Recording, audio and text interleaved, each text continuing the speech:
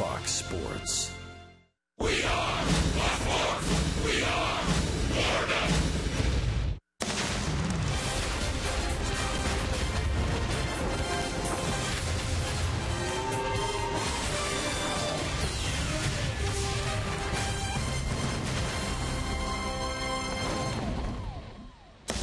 Clouds above in downtown Miami. The Phillies arrive. Final homestand for the Fish. Roof shut, windows closed, rain falling. As the Marlins get set to finish off their final homestand, the home portion of their schedule, 12 games left. The Phillies for 3. Aaron Harang, the veteran righty, and Tom Kohler, who's on a nice roll, goes for Miami. Hi, everybody. Rich Waltz along with Tommy Hutton. The Marlins and the Phillies are not going to the postseason. There are 12 games left, 6 between these two teams. If you're a Marlin, if you're in that clubhouse, how do you approach these 12 games? Well, you approach it, first of all, you look at the fact that the Phillies have outplayed the Marlins. The Phillies are 8-5 in the 13 games they've played. So you want to make that a little bit on the other side, and you want to play these games just like you'd play any other. You've got individual, milestones that you want to achieve. Guys like D. Gordon, Christian Yelich, Justin Bour. Yeah, you have guys who have numbers. See, you look at it this time of year. Certainly you play a team game and you want to win. But if you have some individual numbers you want to go after, you look at those too. All right, here's who the 2 batting orders will go after in this one to start this 3-game series. First for Miami, Tom Kohler really has had a nice run of starts. Thank goodness he got the month of August out of the way. Tom Kohler in September has been absolutely lights out, almost averaging 7 innings to start. He's 2-0 with a 2.25 ERA. His last 3 starts, all of those starts coming here in the month of September. 5-4 at home, so at Marlins Park, Tom Kohler's ERA 2.97. Now, Aaron Harang, who goes for the Phillies, had a very nice start to 2015. But his last dozen starts have not been good. Yeah, he's hit a little bit of a wall. There was even some question as to whether he'd start tonight. The 37-year-old, though, has been a durable guy over a long career. Had some big years with the Cincinnati Reds. He has thrown over 200 innings numerous times. He's had 30 starts a lot. But things have kind of slowed down for him toward the tail end here. There will be no wall hitting here in the booth, because it's email and Twitter Tuesday. Kids, get ready. The Fish, the Phils, and you with your tweets and emails.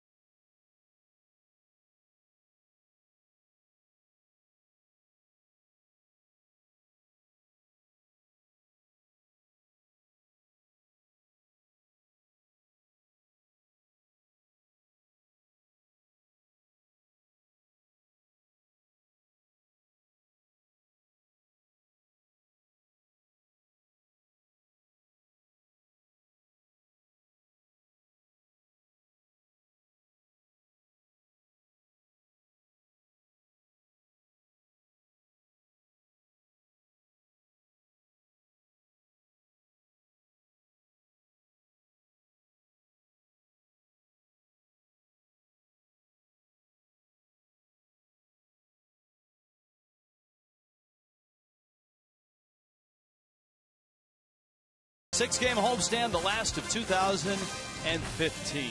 Let's head out to center field and start this thing with Jeff Conine and Craig Minervini. Gentlemen. Rich, thank you very much. Marlins have lost the last 3 games. That's really been the only dud in a nice run of games for Miami. Against Washington, against the Mets before that, against almost everybody they've played. They've been competitive and better than 500 too, going back almost 40 games. Yeah, August 7th. Since then, 3 games over 500. Since August 31st, 12-7, which is 4th in the National League. So when it looked like it would be a 100-loss season, they turned that around, and it's turning into a pretty positive thing now with these young players coming in. 12 games to go for the Marlins. Let's talk about this nice run. You mentioned 21-18, the last 39 games. I've actually had other managers come and say, DJ, your guys are playing. They're not shutting it down, and it's been recognized, and it's been recognized by some teams that are going to play in the postseason. And I think that's the tip of the cap to these guys that are out there every day grinding it. You know, with the way these guys have been playing, people have been stepping up in different places, and it's just been good chemistry. So. I'd like to continue that and hopefully continue that on to next year. I think, for some of these young guys to know that we can do it. I think a lot of people thought we could do it, and we didn't come out as fast as we wanted to. We kind of put ourselves in a deep hole, and right now it's just kind of proven to ourselves that we can play against these guys and don't back down from anybody. Craig, when you look at what the Marlins lineup and pitching staff has been missing over the last 38 to 40 games, it's pretty remarkable what these kids have been doing. You're right, and if they can win at least 6, they got 70. That's half of the 12. They certainly want to win more than that and end on a very good note here heading into 2016. We got baseball coming up here. We'll see a lot of the Phillies over the next 2 weeks. 6 games, in fact, game 1 of those coming up on Fox Sports Florida next.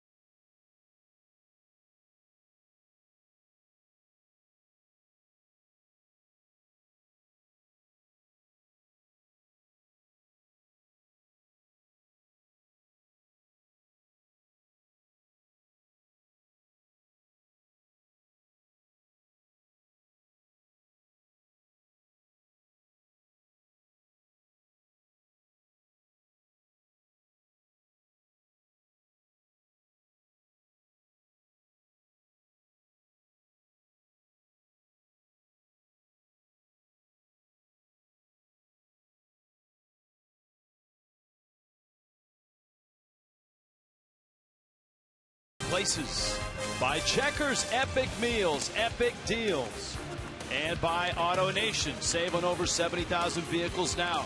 Visit us online at AutoNation.com. Oh, that looks good. Little avocado, little sushi roll going. Phillies and Marlins. This would be game 1, 3-game set. And the Marlins, as Craig and Jeff talked about, are on a nice run. They'd like to keep that up through this final homestand of the season. The Phillies, brought to you by J.M. Lexus. Freddie Galva, switch hitting shortstop. Aaron Alters in left. Odubel Herrera out in center. Darren Ruff at first base. Brian Bogusevic is in right field. Andres Blanco will play second. Eric Kratz will be manning the tools of ignorance behind the plate. Cody Ashley's at third base. Aaron Harang will do the pitching, and he hits ninth. And those are your Phillies. This is Tom Kohler. Tom Kohler will be handling the mound tonight, trying to pick up win number 11. Tom Kohler making his 29th start of the year, and boy, has he been on a nice run. His last 3 starts, all in September. 2-0 with a .225 earned run average, 20 innings, so he's almost averaged 7 a start. So he's been throwing the ball very well, trying to beat the Phillies tonight to go after Pete Mackanin and the Philadelphia Phillies. Phillies announced that Pete Mackanin was extended through 2016 with a nice contract. He has been the interim manager, and now the full-time job. 53 managers in Philly history. And Dan Jennings for the Fish. DJ and the Marlins right now occupy third place in the National League East. It'd be nice to finish that way. First pitch from Kohler is a strike. Mark Wagner calling balls and strikes. Carlos Torres at first, Mike Winters at second, Mike Malinsky, the umpire, at third. Pinch Penny brought you that first pitch. Tom Kohler sponsors the second pitch. And it's fouled back to the screen. It's 0-2. Galvis finally getting a chance to play every day and has had a decent season. We've always seen Galvis as a versatile infielder and a plus defender, and so to see that he's actually put up some offensive numbers has got to make the Phillies feel good about him. Yeah, he's had career highs in just about every offensive category. Little tapper. Kohler pounces and gets the out at first.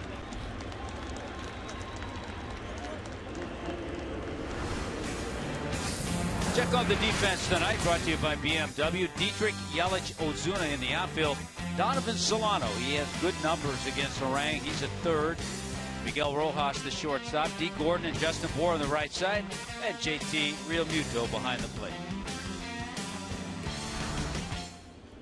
Now Aaron Altair, big left fielder, guy that the Marlins have seen this year. Altair getting the start in left. The Phillies obviously not only auditioning but also trying to plug some holes from trades and injuries. And Altair getting some playing time. He's made 23 starts in the big leagues this year. Odubel Herrera getting a chance to play in the big leagues as a Rule 5 draft pick. And Kohler misses, and it's 2-0. These Phillies have had trouble scoring runs lately. They were swept in Atlanta in 3, and every game was a 2-1 Atlanta win.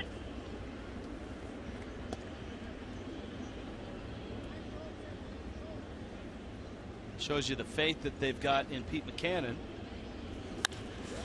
Line to left, and that's going to get in the gap. It's going to go to the wall. Altair can run, and that young man's got himself a double. Well, Tom Kohler fell into that 3-1 count situation, had to come with a fastball, and the fastball was up. Boy, Altair kept his hands on top of the ball really well. Tommy, this guy's got 21 hits in the big leagues. 13 have been for extra bases. That's 7 doubles. He's got 3 triples and 3 homers. Not bad for a guy born in Germany. Of course, you know what? Bruce Bochy's done a pretty good job for a guy. No, he was born in France. Bruce Bochy. That's right. Like the Coneheads. Odubel Herrera. And Herrera takes a ball. It's another guy the Phillies have gotten a real good look at. He's put up some nice numbers. He's also put up good numbers against the Marlins. .350 this year against the Marlins. His second half has been a real solid one. Pulls it down that first base side. .339 average since late June.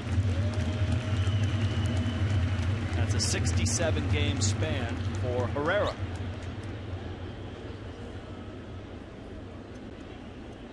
Odubel's got those long pants. A little torn up in the back.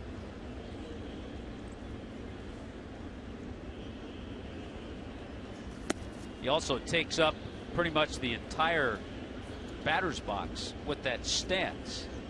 Gets his right foot, his front foot planted. But then if you notice, as the pitch is on its way, then he kind of curls back, lifts the leg, and has to have that timing just right. So far this year, he's had it just right a lot.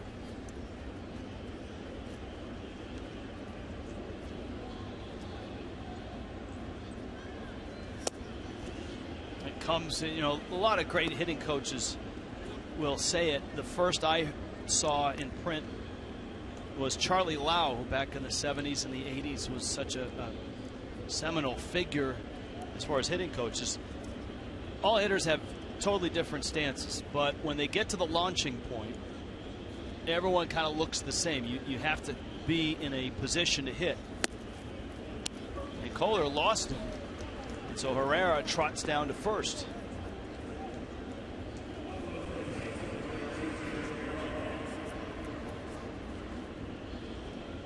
And for the Phillies now, this coaching staff, including their hitting coach Steve Henderson and bench coach Larry Boa, Bob McClure, their pitching coach.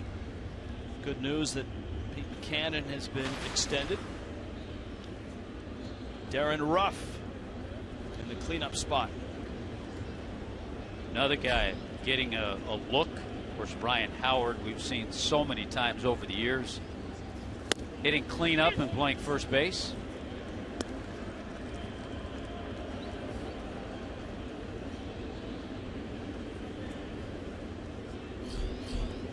Brian Bogusevic on deck.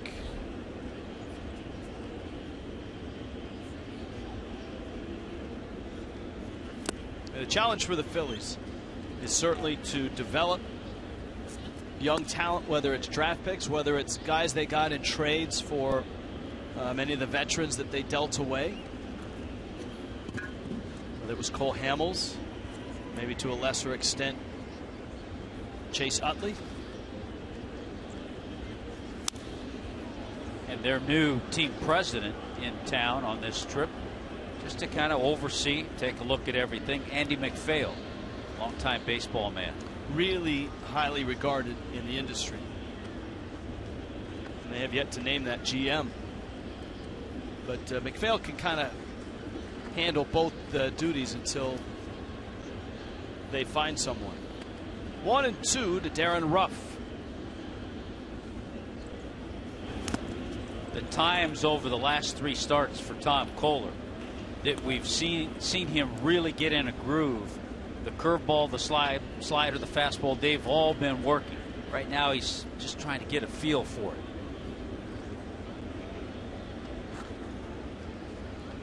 And his last start, his first inning was a mess. Fastball high, runners go. The throw all the way into left field. It got by Solano. Altair will score. Herrera ends up at third. Realmuto came up throwing. His throw was to the foul side of the bag, and Solano did not get a glove on it. He got a pretty good pitch to throw because it was up. But let's watch Ruff. He's got to kind of throw over his shoulder. That affected, I would think, a little bit. But he got a good pitch to throw to third because of where it was, and it was a fastball. He had plenty of room to throw. It almost looked like Donovan Solano was a bit late in getting to the bag.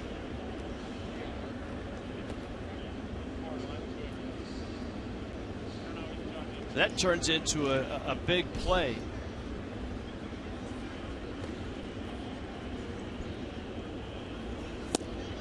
And that is outside corner, strike 3 called. Ruff started towards first. Kohler gets a rather large strikeout. Now there are 2 outs. Well, that's just a perfect pitch. Ruff is thinking about contact to try to get that run in. Pitch kind of moved back. 2-seamer came back, caught the outside corner. Here's Bogusevic.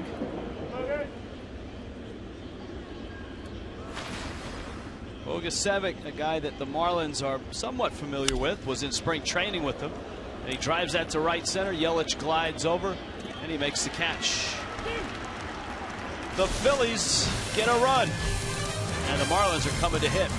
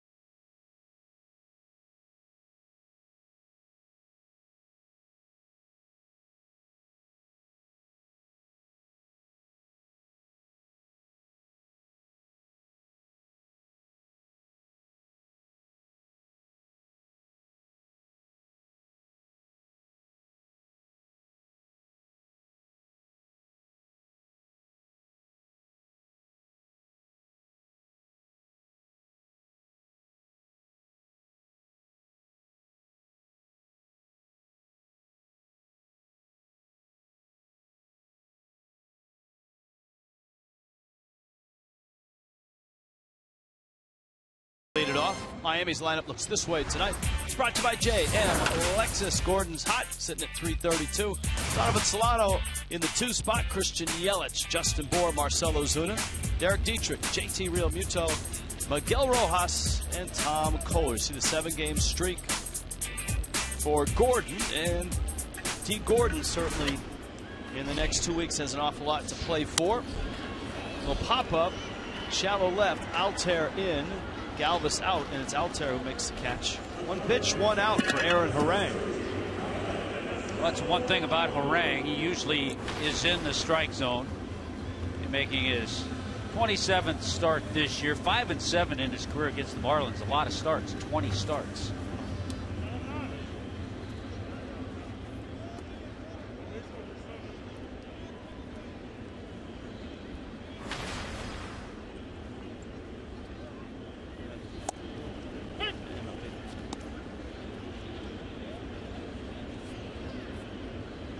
Harang facing Donovan Solano. Martin Prado's wrist still sore. Solano getting a start here, and individually Solano's numbers against Harang jump right off the page just like that. Don't they though?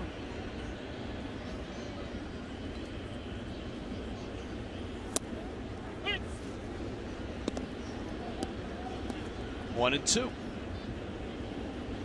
Not sure about when Prado will be back.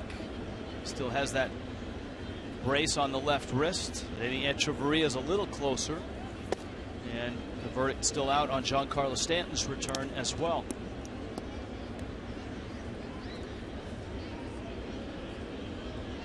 Prado's resurgence has kind of coincided with the Marlins' nice play in the month of September.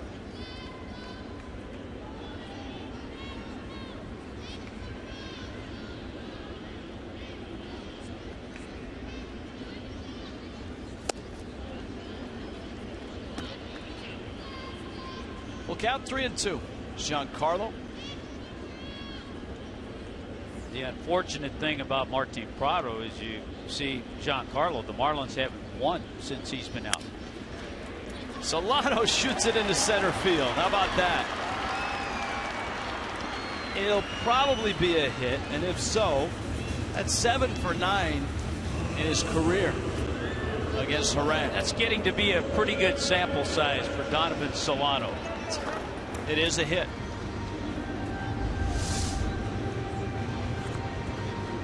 A lot of fastballs. His ball stung up the middle.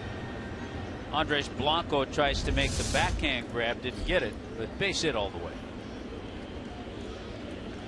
Now Yelich.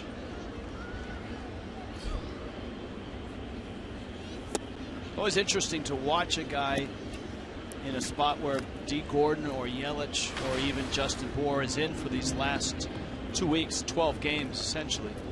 And that is on the cusp of being able to reach a milestone or a spot for your season numbers.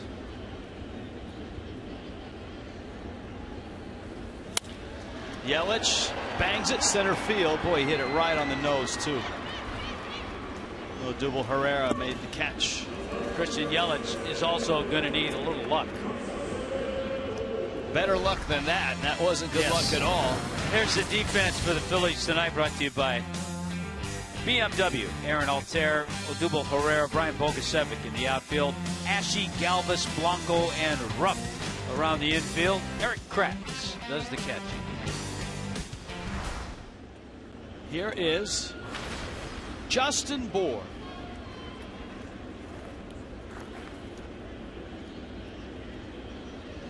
With 2 outs, dare I start our first email? Go ahead. Why not? It's from Bill in Vero Beach. Been enjoying the coverage from Fox Sports Florida. Excited to see Stanton and Bour in the same lineup. Nickname for Justin Bour, he likes Bour Voyage. There you go. That's how you can reach us tonight. Twitter or Instagram at Fox Marlins. Email us foxmarlins at gmail.com. Rang picks at the corner, gets a strike on Bour. Do you realize, Rich, this is our final Twitter Tuesday, because next Tuesday is a non-televised game in St. Pete, so we will have Twitter Wednesday. That game is no longer a televised game because Fox Sports Florida swapped that game out for Jose's return, which, remember, was a day game against the Giants. That game will be available on Sun Sports, however, and the Rays telecast on that Tuesday night. Maybe we can get Dwayne and BA to answer some emails, some tweets. Yeah, they can do that. It's all good for them. It is. They will be rocking and rolling that night. Yeah, they will. And maybe we'll open the email bag and the Twitter machine on Wednesday in St. Pete. Donovan Solano with a base hit here in the first. Christian Yelich, a BB of a line drive out to center. And Bour sitting on a 1-2 pitch. And he swings and misses and strikes out. So Aaron Narang comes out and dispatches Miami in the first. A 1-0 Philadelphia lead.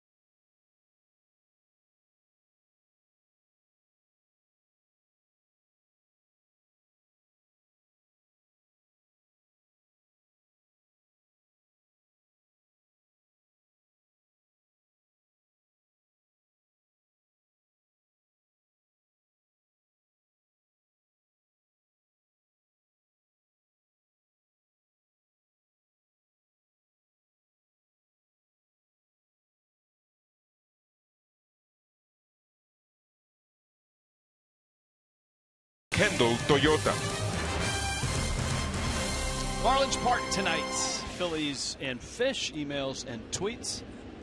1-0. Phillies got a run in that first inning. A throwing error by catcher JT Realmuto chased home Aaron Altair. That was on a double steal with Herrera and Altair going from first and second. Andres Blanco takes a strike. Eric Kratz and Cody Ashe will follow. Yeah, because of that throwing error and unearned run charged to the line of Tom Kohler. Blanco swings and misses. All right, emails and tweets. I got some emails. Always nice to hear from Stan and Stan in Hendersonville, North Carolina. Talking about managers and potential managers. Pete Buchanan extended through next year. Stan and Stan want to know about player managers. And they suggest maybe Martin Prado would make a great player manager. Last player manager in baseball. Was it Frank Robinson? Was it Pete Rose? I would say maybe Pete Rose. Frank Robinson did it in the mid-'70s with the Cleveland Indians, right? Lou Boudreau, a long time ago with the Cubs, was a player manager. Why haven't there been more player managers since? I think because there's so much more involved for a manager nowadays compared to 30, 40 years ago. All the matchups, all the, there's just so much more involved.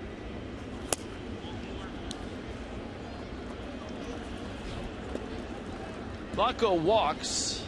If you're looking for the show tonight and you want to participate, you've got a question, comment, hashtag it Twitter Tuesday, email foxmarlins@gmail.com. Questions and comments, all welcome. At Fox Marlins gets you to Twitter and to Instagram. I got a tweet that you and I can answer, Rich. That one is launched foul up into the upper reaches. Austin wants to know, if given a couple more years of opportunity, do you think Justin Bour could be in the home run derby? I don't know if he could be in it, but I'd sure like to see him in it. To get to the home run derby, you have to establish yourself as an all-star caliber player. Kratz has got plenty of pop. And Blanco chased back. Derby is in San Diego next year, and then here in Miami in 2017. And by everything you read and everything you hear, the home run derby will be held with different dimensions than you see in the ballpark right now. Word is that the Marlins serious consideration to moving the fences in. Just keep Giancarlo healthy. That would solve a lot of issues, although in looking at this season, Tommy, I think you and I would both agree a healthy Giancarlo Stanton, while it may have helped, it would not have turned the season into a season with postseason like results. You agree with that? I agree, especially with the injuries to the pitching staff.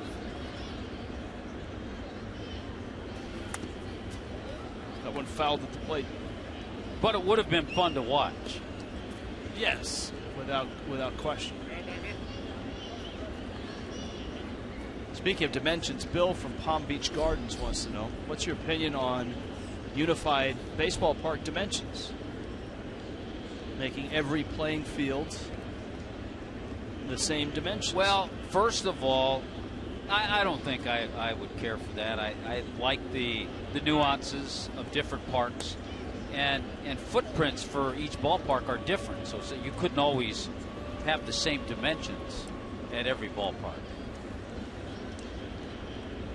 I think if you squeeze that little thing on his hand, just don't squeeze the left hand, right?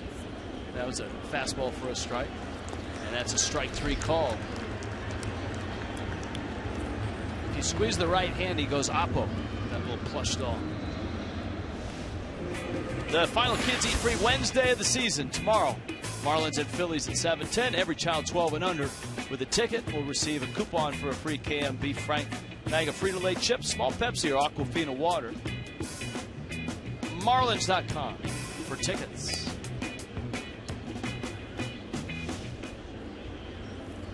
That's Adam Conley. That's Glenn Geffner and Dave Van Horn. Have to get them to do something and tidy up their booth a little bit. That's you know, not the prettiest of look. Well, Alexa, our intern, is, but the wires and cords and she has the Billy McFly bobblehead. Yeah, up there. Now, is our booth that much tidier? That fastball misses into Cody Ashe. I mean, we have some stuff hanging around here we're not proud of. We're not much better.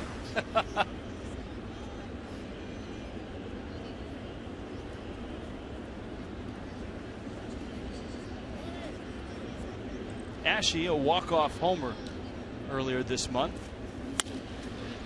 On a hop, and that one eats D. Gordon up, rolls into right field. Holding second is Blanco, and Ashe has a hit. 2 more base runners here for the Phillies. Yeah, this ball does eat him up. It's a do-or-die play. D. Gordon tries on one hop just to pick it. It's a base hit. And just like that, Harang will be in a sacrifice situation.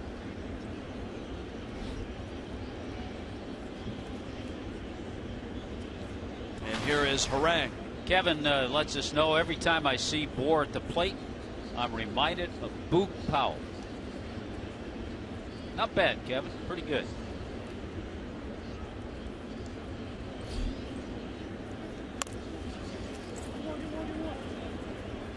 Kohler goes to first and gets the out.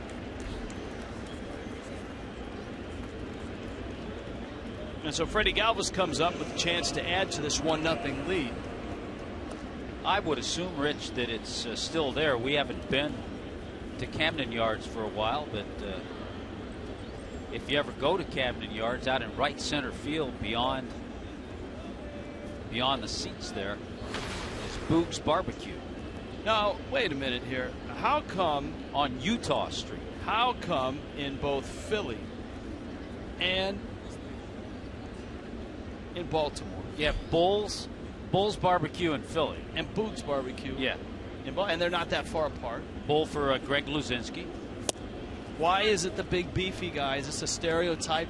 They're the ones that have the barbecue. How come Mark Belanger didn't have Mark Belanger's barbecue? Bull and Boog aren't going to have a crepe station. Or Von Hayes, barbecue. You can see Boog Powell rolling sushi.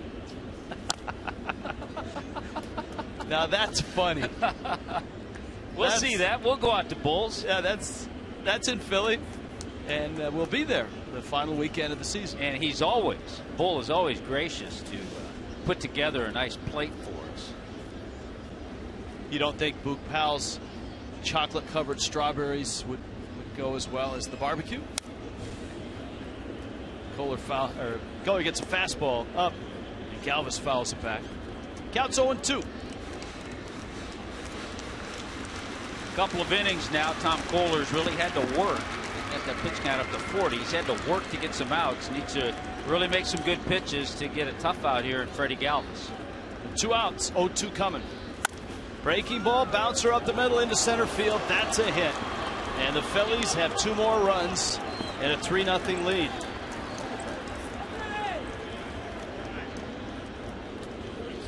Talked about Galvis earlier. Career highs and hits, doubles, home runs, RBIs, just about every offensive category. It wasn't a bad pitch. It was a pretty good curveball. It was middle of the plate, but it was down. And Galvis, just with a solid swing, it just gets by out of the reach of Miguel Rojas. In less than 2 innings, the Phillies have scored as many runs as they did in 3 days in Atlanta. Breaking ball strike to Alter. He doubled into the gap and then scored on the throwing error by JT Realmuto when he was trying to steal third base. He did steal third. The throw skipped by Solano and ended up in left field.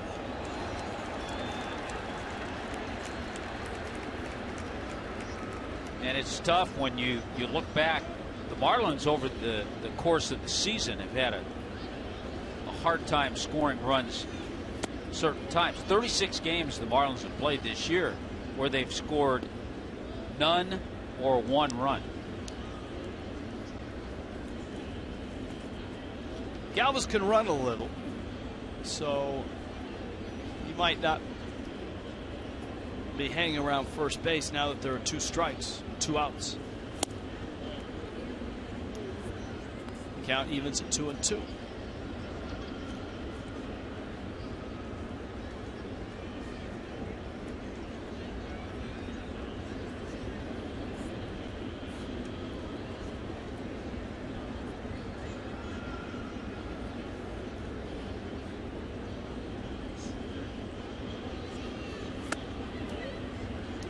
Now it's full, and now he will be running. And for Tom Kohler, the pitch count is pretty staggering right now. 46 pitches.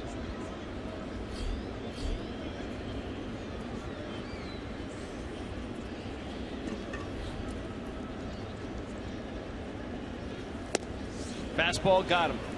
Kohler ends the inning, but the Phillies get 2 more. Freddie Galvis, a 2-out, 2-run single, and it's 3-0.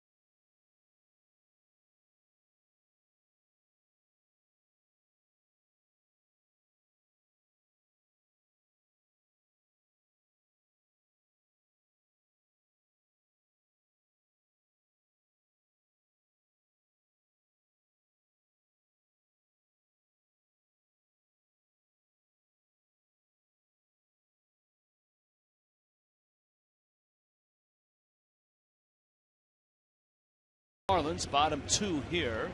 Legal portion of the telecast. This copyrighted telecast presented by the authority of the Marlins may not be reproduced or retransmitted in any form. Accounts and descriptions of this game may not be disseminated without the express written consent of the Marlins. Well, the Marlins find themselves in a 3-0 hole against Aaron Harang. Marcell Ozuna, Derek Dietrich, JT Realmuto. And this is Aaron Harang that hasn't pitched since the 13th of September, 9 days ago, and has won just 1 game in his last 13 decisions. You know, the decisions that Bob McClure and the Phillies and their organization, decisions they have to make. Ozuna scorches one into left center field for a hit. Are similar to a lot of organizations, especially if you have a 37-year-old pitcher and also some young pitchers. They have a young, an outstanding young pitcher, Aaron Nola. Marlins saw him earlier, and I believe they're going to give him 1 more start before they shut him down. They've shut down the left-hander Adam Morgan, who is recovering from some severe shoulder surgery, so they're being careful with his innings. So it's all around baseball that you're seeing that. Now Derek Dietrich. But Aaron Nola in 12 starts, 6-2 with the ERA in the 3s.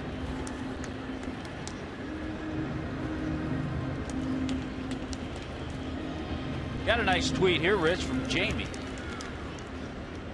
Jamie wants to know, when are they going to have bobbleheads of Rich and Tommy?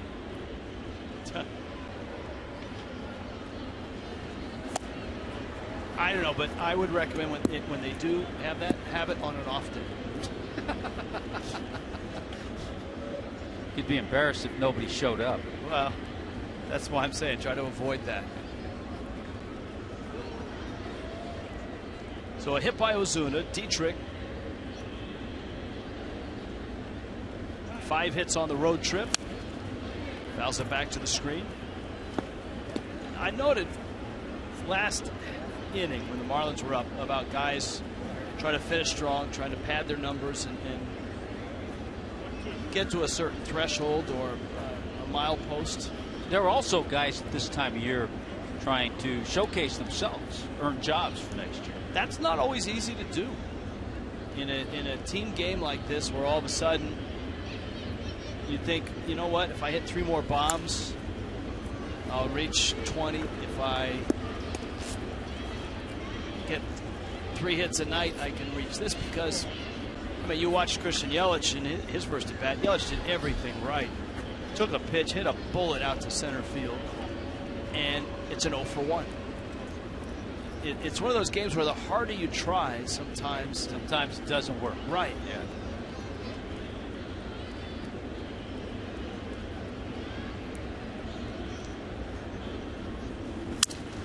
Dietrich, busted bat out towards second. Galvis gets an out there and gets the double play. A convenient ground ball for Freddie Galvis. You know, not an easy ground ball, but when you're an infielder and you hear the bat shatter as Dietrich broke his bat, you know the ball's going to have some tricky little spin. So Galvis stayed right with it to complete that double play. As easy as that looked, it really isn't because of the way the ball's spinning.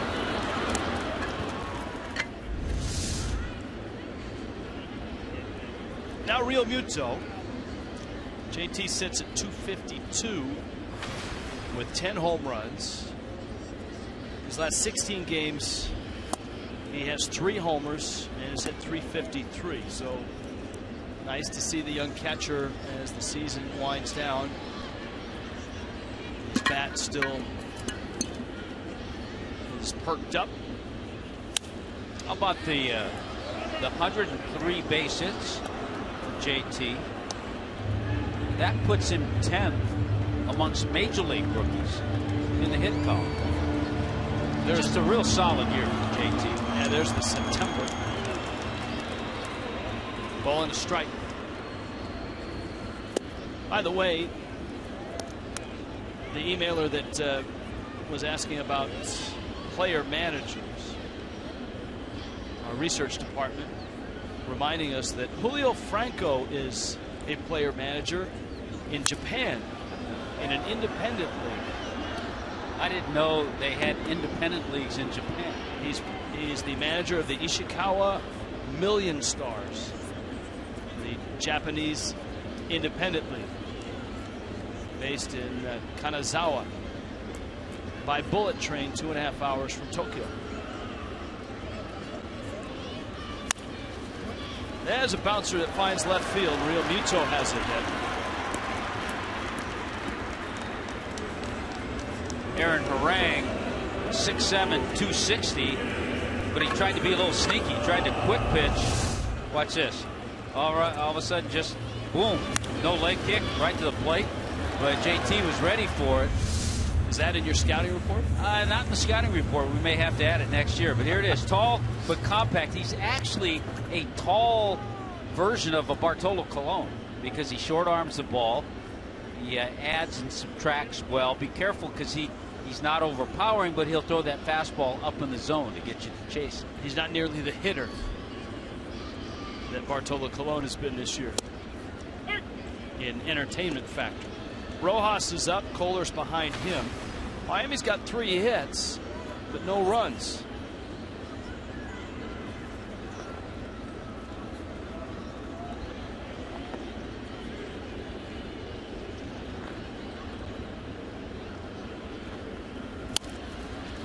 And that ground ball, a diving stop by Blanco on his knees. He throws out Rojas. And the Marlins are done in the second. 2 innings.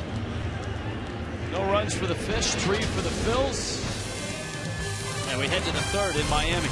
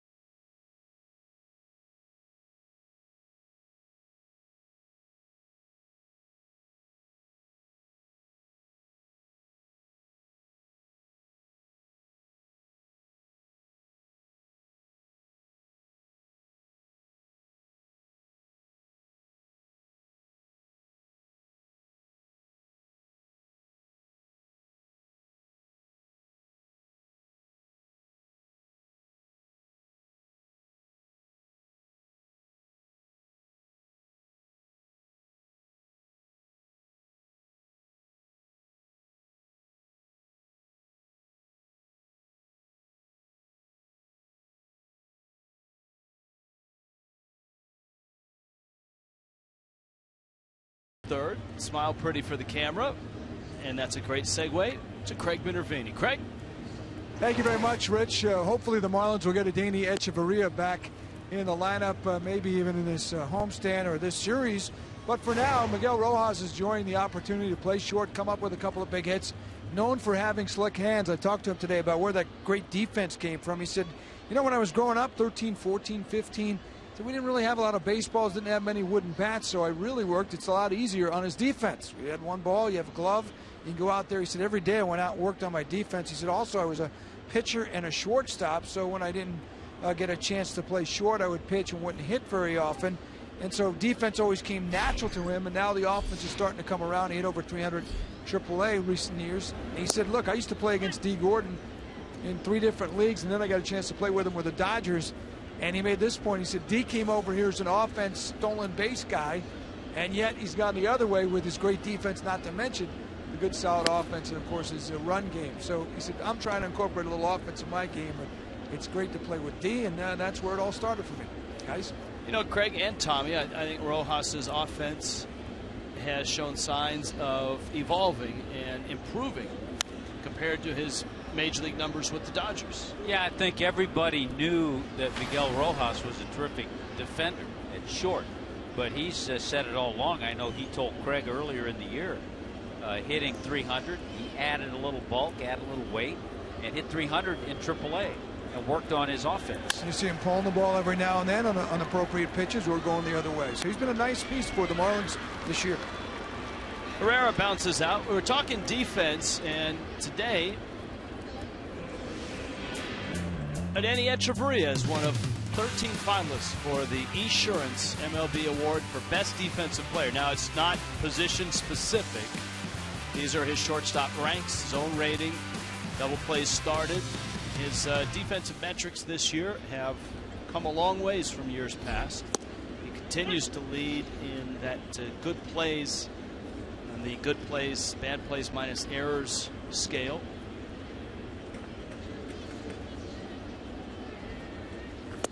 There were two other shortstops on the list, Brandon Crawford and Andrelton Simmons. So he's in great company. He was the only Marlin mentioned. It's rough, or rather rough. It is rough. Fouls him back. He was the only Marlin of the 13 players, but there are 3 Marlins that are vying for postseason defensive awards, whether it's a Gold Glove, a Fielding Bible, or whatever you'd like to call it. Short, Rojas. D. Gordon obviously at second, Echeverry at short, and Christian Yelich at left. Now, the Gold Glove is now position specific in the outfield, has been for I believe 3 years now. And Yelich has been over in center field some, and you hope that that doesn't hurt his chances to win the Gold Glove in left. Yeah, we talked a little bit about that when we were in Washington, and it's like you'd feel bad if it does, because he's blessed with the ability to play center field. And as we pointed out, there are a lot of left fielders who really couldn't play center field. Bogusevic lines one in the gap right center field, and that's a hit. And so a 2-out single. Now remember, for the Gold Glove voting, there's 2 components. There's coaches and managers. That's been the traditional voting for the Gold Glove, and they incorporated defensive metrics to comprise 25% of the vote. So now coaches and managers make up 75% of the vote. And I don't think Yelich will get hurt in that portion of the vote for having to play center field, because as you pointed out, he's good enough that he can play center field and play it well. That I don't think managers and coaches will hold that against him. Well, that's right. And to take that to another level, he's good enough to play it well. There are some guys you could stick out there, but they wouldn't play it with the ability that Yelich is able to play center field. Runner goes. Real Muto's throw short, and Bogusevic swipes second. Third stolen base of the night for the Phils. Yeah, he got a pretty good jump. Would have taken a perfect throw.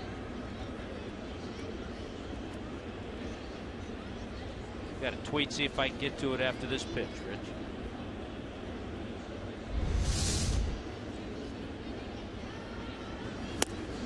And it's from Ben, and I want to thank Ben for the reminder.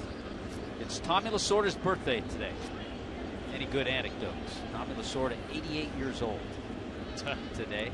We could spend the next 3 hours. My partner would be able to tell you all about time at Lasorda. And pitch misses out. You played for Lasorda in the minor leagues on those great Spokane Dodger AAA teams. But the anecdote started when I was 18 years old and he signed me out of high school. He was then a scout. He was a scout. He used to tell people he signed me for $210,000. Yeah, and they would say, wait a minute, that's a lot of money in 1964. Yeah, but the story goes back even further than that. How did Lasorda get wind that you were someone he should scout? From a friend of mine who worked in the parking lot at Dodger Stadium. Thank you. So he would say, yeah, I gave him $10,000 cash and $200,000 worth of advice. But Tommy Lasorda got me started in this great game. Eric Kratz.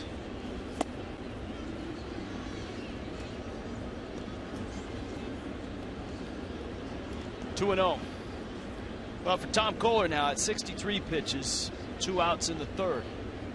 And his ball strike ratio, not what you normally see out of Kohler. So he's fighting it right now.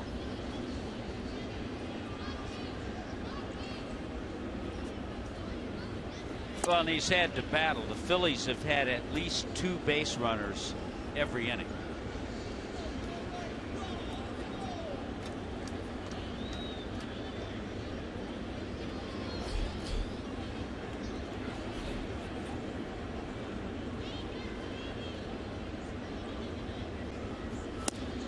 We have a pair of tweets here.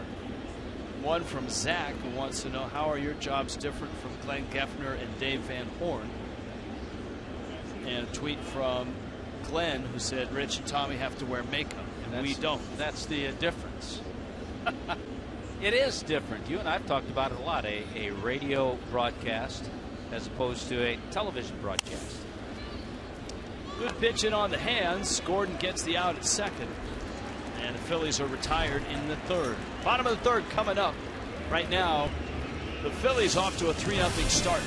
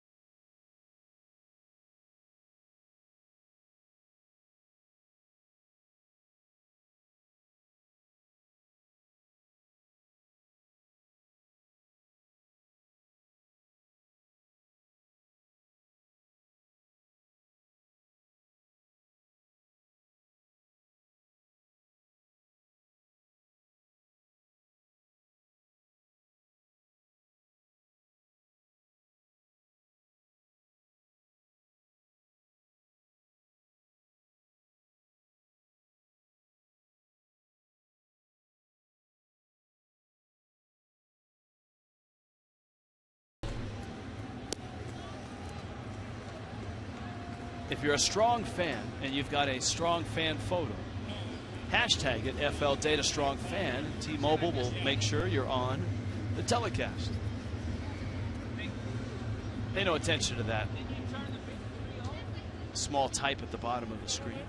Just tweet it, send it. Make sure it's a strong fan photo. Here's Tom Kohler, and Harang splits the plate. Fastball with a strike. Kohler, last 4 games, he's got 4 hits.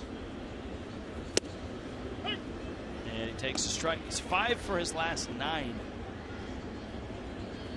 Yeah, he's been on a nice hitting tear. Frustrating part for Tom Kohler here. This is his first appearance at the plate, and he's already thrown himself 66 pitches. Kohler goes down, and now it's the second time through against Aaron Harang for D. Gordon and Donovan Solano. If anybody reaches Christian Yelich. Gordon popped out on the first pitch you saw. Solano singles. Miami has 3 hits first time through. But Harang so far has managed it. It's a good look. You know, when our baseball historian John Chimchuk travels with us and gets to know us a little better, he reads our minds, and he read my mind with a note about D. Gordon, who has 96 hits this year against the National League East, and against the East hitting .361. Well, that's good news for D, because he'll see a lot of the East the rest of the way through. Miami has 12 games left, including this one. 9 against the National League East. And if you want to throw in the American League East, it's all against the East. Miami has 3 games on the road against the Rays in St. Pete. Gordon walks. You know, the other news that certainly affects D. Gordon, we've talked about Dee Gordon in that stolen base race. He has 53 steals. Billy Hamilton with 57. But Billy Hamilton and the Reds have decided to have surgery on his shoulder. He's going to miss the rest of the year. So there's an opportunity for Dee. Well, that's a big opportunity. All he needs is 5 bases in 12 games. He's at first, and a throw over. Colin has a base stealing email. Watch you guys every day in North Florida. Dee Gordon from up in that Orlando area is his favorite player. Wondering if you guys think he's faster than Ricky Henderson was. And you think he'll ever eclipse the 100 stolen base mark? He almost got picked off there. In Dee's case, first of all, it's a different game now, a little different. You're not going to see, I don't think, guys steal 100 bags. Dee is slighter build than Ricky Henderson, and I think Ricky was a body type that could withstand stealing and diving back that often. Yeah, Ricky Henderson was built like a running back or a strong safety. And he was a terrific high school football player growing up in Oakland. Pure speed, though, Tommy. You played in the era of the Rabbits in the 70s when base stealing was at a premium. Who was your, I mean, if you had to pick one guy from that era to win a race, who would it be? Well, I always use that term, use his name often, Vince Coleman. He could do that.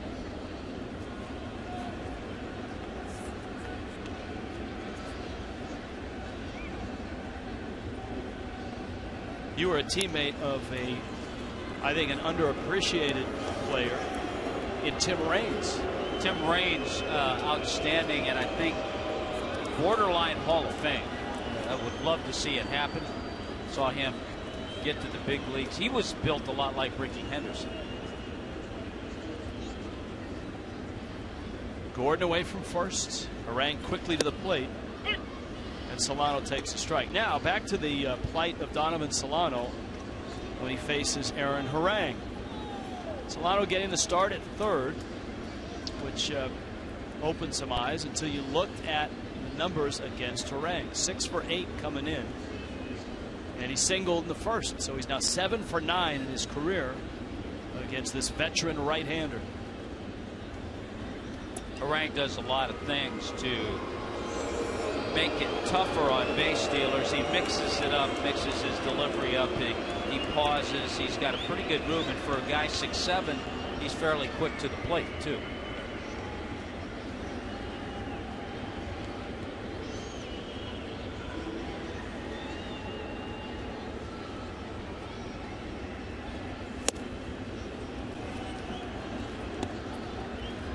Oh, and to another bobblehead email. Rich and Kendall. Was wondering if you guys get to keep complimentary bobbleheads when you are in visiting ballparks on giveaway days. There are times that they will drop off a bobblehead. Not all the time.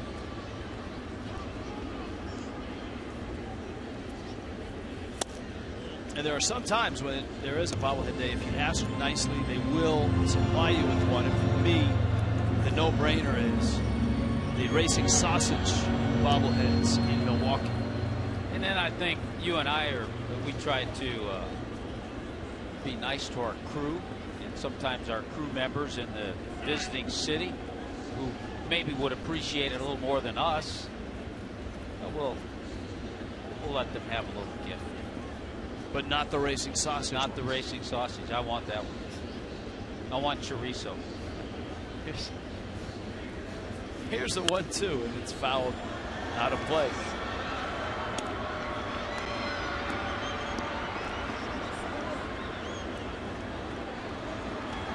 Well, Harang has been holding Dee Gordon pretty tightly at first.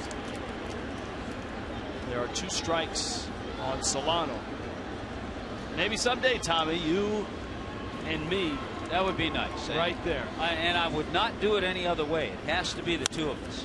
Bouncer, diving stop, Ashy on his feet, and his throw is wild. It skips by. Rough. Gordon ends up at third. That brings Yelich up in a nice spot here. We'll see if it's a hit and an error. Yes, it is. So Solano How about that? is 2 for 2 against Harang, and now 8 for 10 in his career. You know, a lot of times it just doesn't work out that way, but it certainly has so far tonight. Great effort by Ashe, but his throw just wide enough. Ruff has to leave the bag, and Solano does get the base hit, and alertly, Dee Gordon went over to third base.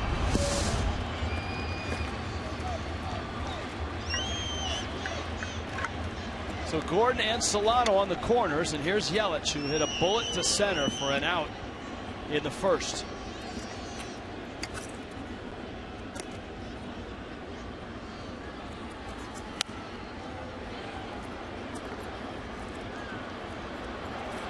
Oh, and 1. Christian Yelich with a 6-game hitting streak, 12 for 28 now during that time. Right around 330 since the All-Star break.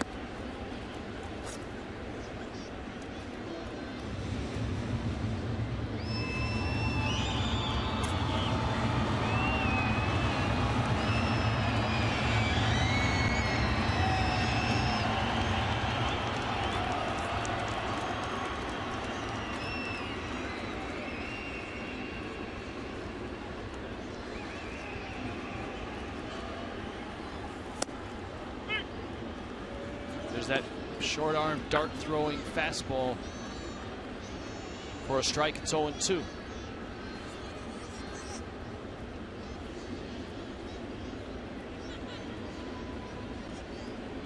Yelich has got one in there, though his backswing is hitting Cliff Floyd right in the chest. It's a subliminal thought that we keep showing the bobbleheads. If we are ever fortunate, Tommy, to get bobbleheads, and they do put it in there, we will end up in the very back. It's okay. To bottom behind a pillar. Yeah, that's okay. Just to be in there would be an honor. 1-2.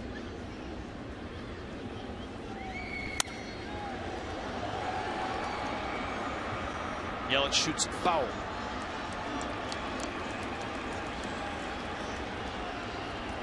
Mets winners last night, and the Nationals were rained out last night. They'll make up that game on Thursday, which is an off day for both Baltimore and the Nationals.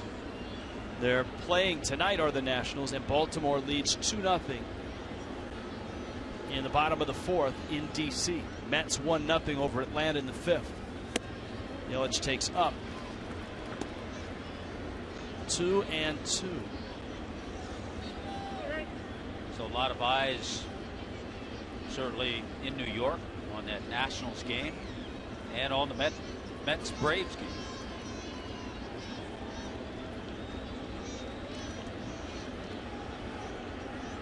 Solano and Gordon at the corners. 2-2 to Yelich.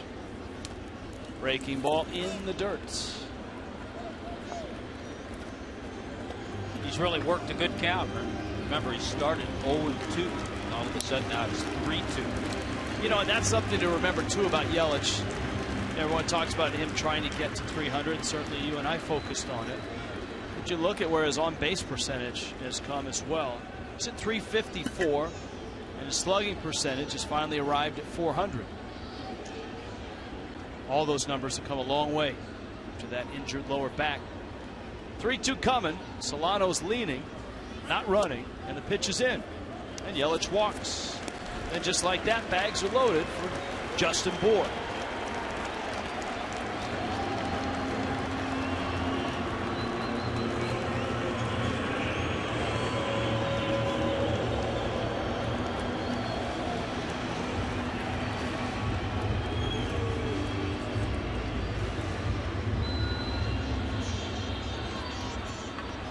Bour struck out back in the first. Phillies traditionally are not a big shifting team. And with Bour, they're not straight up, but they're close. Galvis, the shortstop, a few steps back a second. Bour didn't like that. And it's the first time I've seen Justin Bour vocalize his displeasure on a call. He's made faces. You have to feel he's right on this, and he is. Ball was way and down.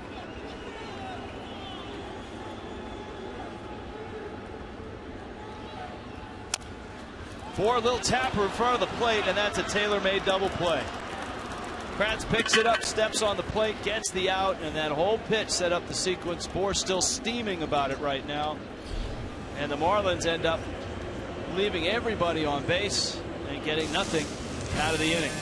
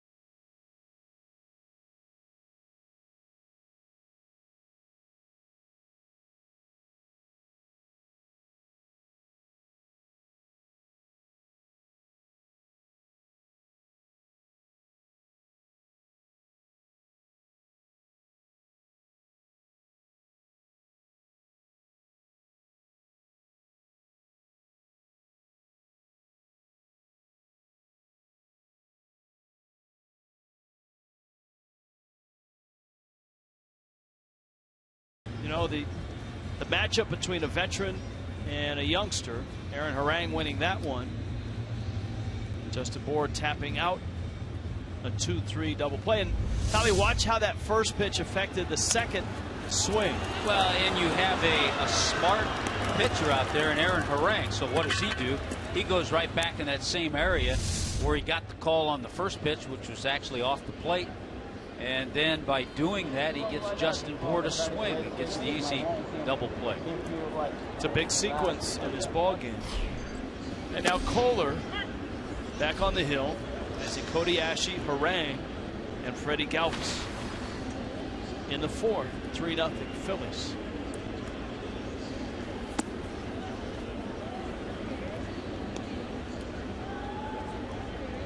That's one of those at bats. For a young player, sometimes it's hard to put that call and that pitch behind you and not let it affect the rest of the at bat. Even for veterans, that's hard. Bohr had every right to be upset on that first pitch.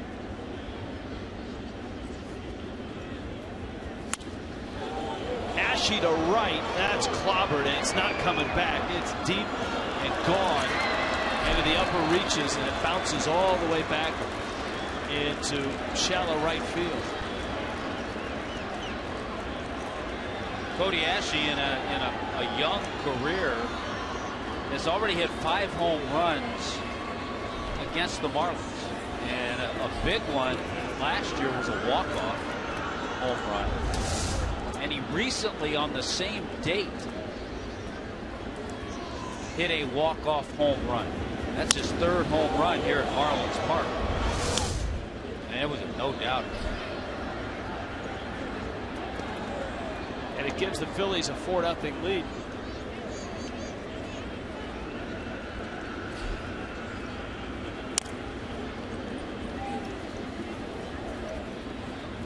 Rojas gets the out. And there's one down in the 4th. Crazy 8s.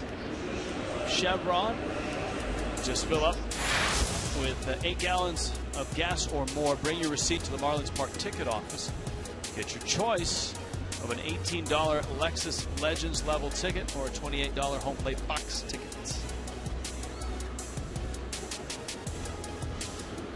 Of course, the Phillies and the Marlins tomorrow night on a Wednesday crazy 8 night.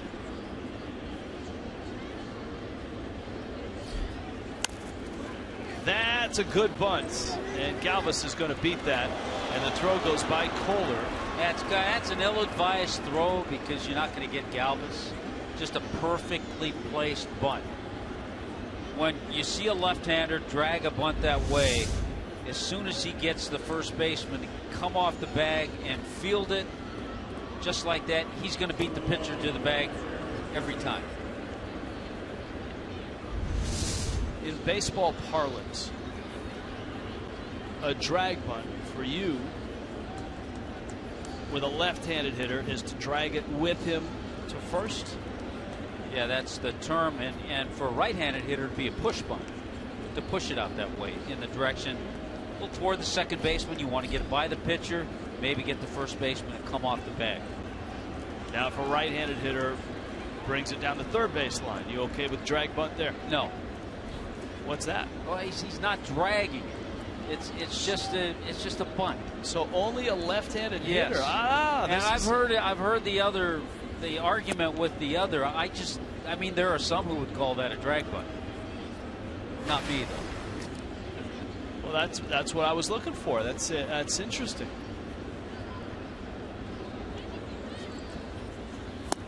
Of course, if a right-handed hitter put it down the third baseline and then ran to third, then it'd be a drag bunt. Okay, there you go. Glad we settled that. Aaron Altair is up. He's doubled and struck out.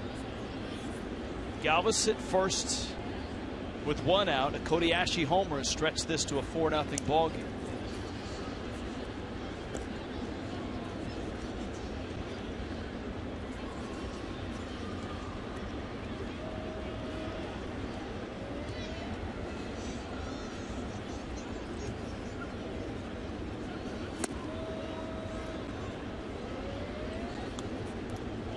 Two and one.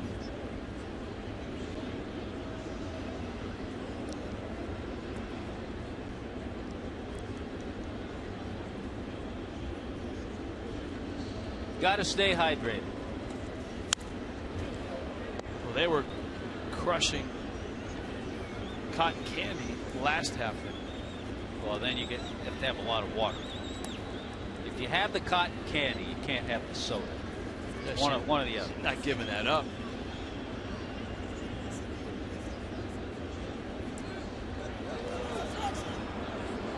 Kohler's throw, and that gets away. There may be interference on Justin Bour, and I think Galvis is going to get safe passage to second regardless of the play there. The first base umpire, Carlos Torres, was pointing at Bour right away. Here's a look. Well, let's see if he does. I think Bour trying to set a pick. That was a good roll by Freddie Galvis, but yeah, he would have been safe. Ball looked like it hit Galvis's leg. I don't know there though. Hard to tell if that'll be a throwing error or an error on Justin Bour.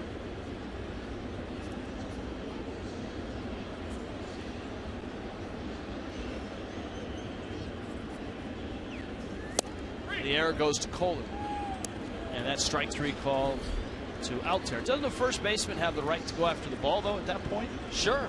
So why would that be? You'll see that. You'll see that occasionally. Play at second base, close play. The shortstop, second baseman, they get kind of tangled up with the runner, and obstruction isn't called.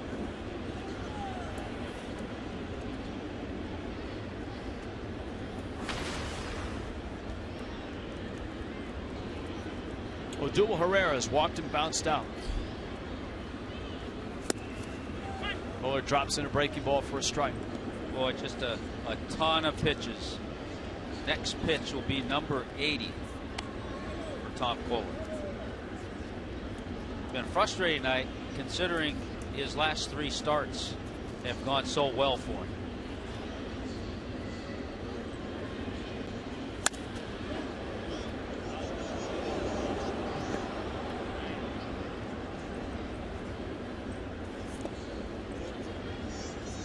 Count 0-2.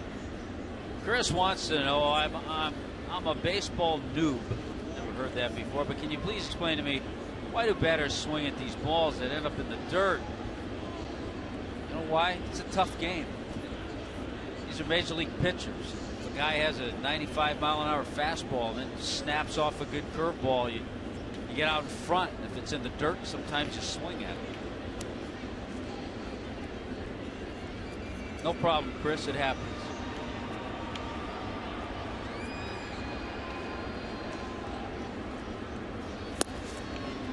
Well, many have said the art of pitching is in deceiving the hitter. And that's what changing speeds, changing eye levels, breaking balls, cutters, sliders, change-ups. The art of pitching is keeping hitters off balance. Disrupting timing.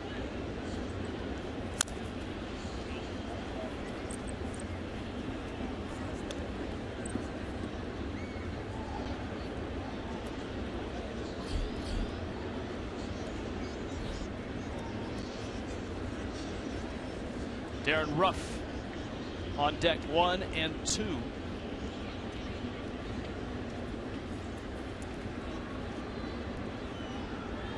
Phillies have added a run here in the fourth, have a 4-0 lead. Ohtani a solo homer. And Herrera swings and misses and a breaking ball. Another run for the Phils. And we head to the bottom of the fourth. It's 4-0.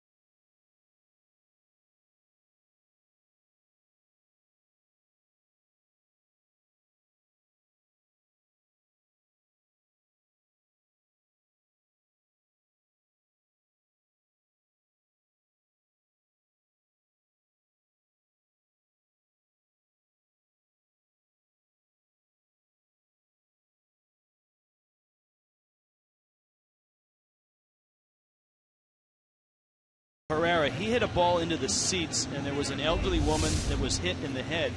And as the Marlins came off, one Marlin never made it to the dugout. Dee Gordon went over to check on her, and she gave him the thumbs up. And Gordon was there for a good long time. He has since headed to the dugout. He's got to, because the Marlins are hitting now. Ozuna lifts one to right. It's caught there by Bogus 7. It's a nice moment, and it's wonderful that the woman is fine. She's tough. She gave a thumbs up. She said, "Yeah, I'm okay." I mean, that's across the way. That's in the outfield. That's a long ways from where Dee Gordon is. Yeah, that's way down the left field line. And he took it upon himself to make sure he got over there and spent as much time as he could with that fan. That is why he is one of the favorites in the clubhouse, one of the favorites among Marlin fans, one of our favorites, and why he's the Roberto Clemente nominee this year. Because he's not just like that when he's in uniform. He's like that all the time.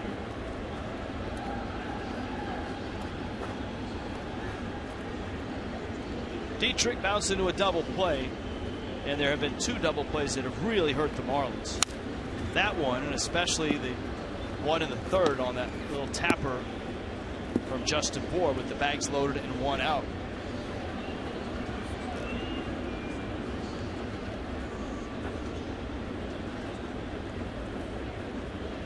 There's a lot happening in baseball right now.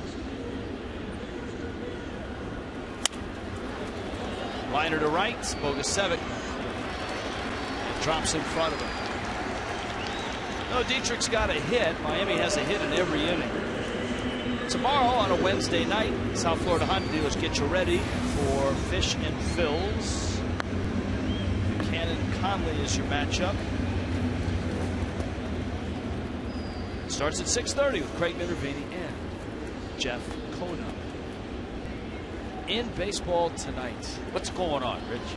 The Mets had a 1-0 lead, and everybody was happy in Metland until the Atlanta Braves have risen up and scored 4 runs and lead at 4-1 now, bottom 5 in New York. Realmuto fouls it back.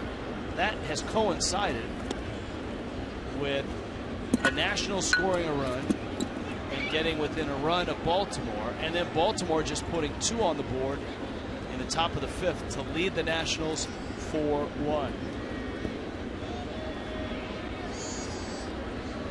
Washington 6.5 back at start of play tonight. So Met fans still in an uproar of the Sunday night game, the Matt Harvey. It came out of 5 shutout innings and given up just 1 hit, but because of the pitch count and all that. You know, I hate to say it, but you and I discussed scenarios just like that a few days ago.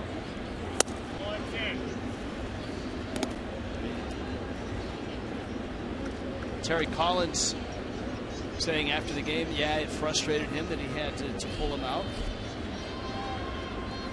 Sandy Alderson as well after the game said it's unfair to put all the blame on Harvey for the predicament that the Mets find themselves in.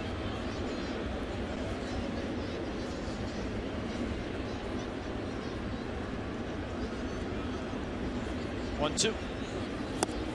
The longer, obviously, the Nationals hang in that race, they get any closer, the more pressure is turned up and the bigger spotlight shines on that situation. But if the Nationals don't, it kind of takes a little bit away from it. Amen.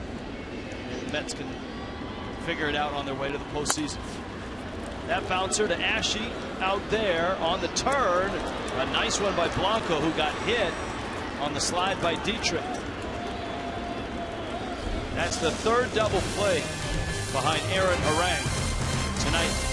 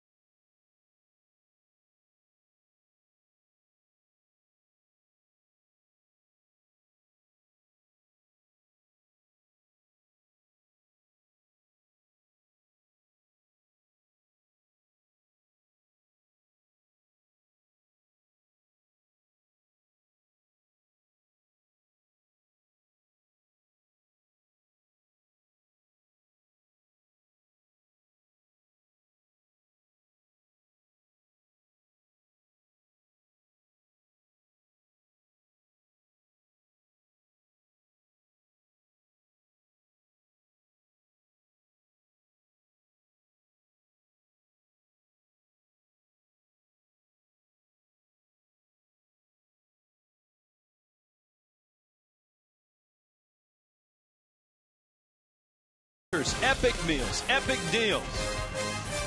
by the Florida Department of Transportation, reminding you, drive sober, get pulled over. And by Goosebumps, in theaters October 16th. Now, we showed you what happened the last half-inning break with Dee Gordon going down to check on that elderly woman who took one off the side of the head. And Gordon returned and brought out what looks like an autographed bat. Very nice. Meanwhile, back at the ball game, the Phillies have a 4-0 lead. Tom Kohler's fastball swung on and missed by Darren Ruff, Brian Bogusevic, and Andres Blanco, all lined up here in the 5th. This has been a departure from what we've seen of Tom Kohler in his last 3 starts. An ERA in the low 2s and 20 innings of work. Throwing error didn't help him in the first. 2-out, 2-run single by Galvis in the second. And the solo homer by Ashe leading off the 4th. Along the way, Kohler has walked 3. And Ruff takes down low. Also going on in baseball tonight, Yankees and Blue Jays. That's a 2-2 game in the bottom of the 5th. And it's in Toronto. It's a big series.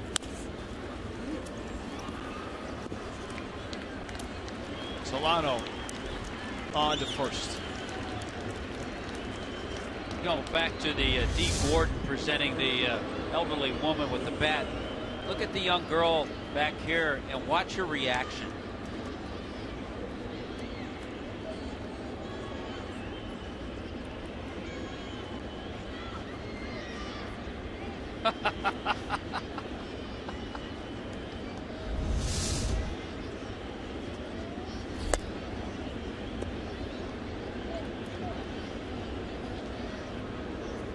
She was pretty stoked.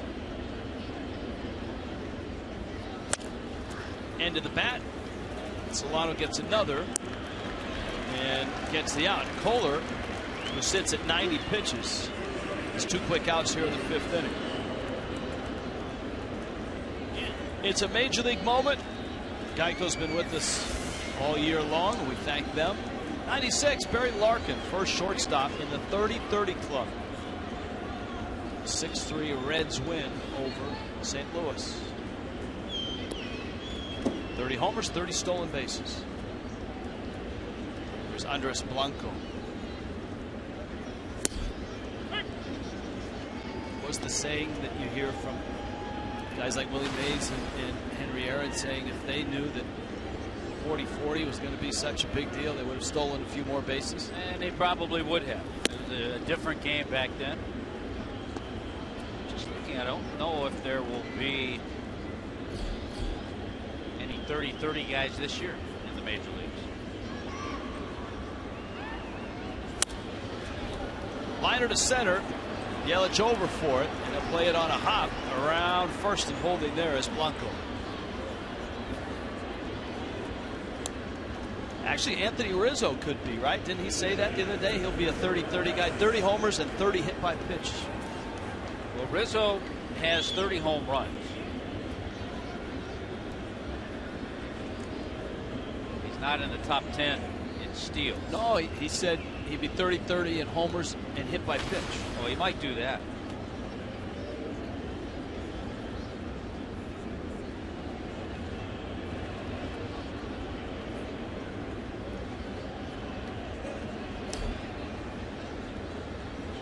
Oh, he's going to do that for sure. He's been hit 29 times. There you go. So he will get there. The hard way. Yeah. Eric Kratz is 0 for 2. End of the bat, Dietrich over, and he makes the catch. 4-0 Phillies.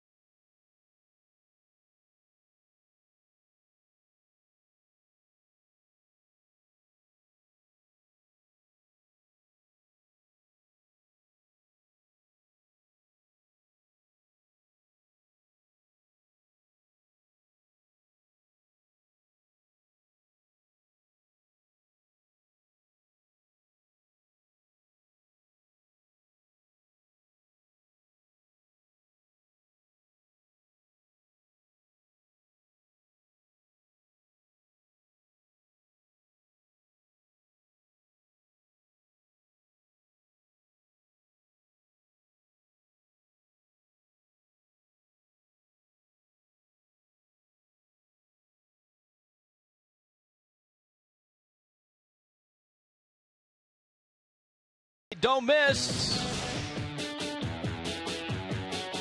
MLB Whip Around. Cool highlights and even cooler music. Great way to stay up on everything in baseball, and it's fast, pulsating, and fun. Weeknight 7 on FS1. It streams live on Fox Sports Go.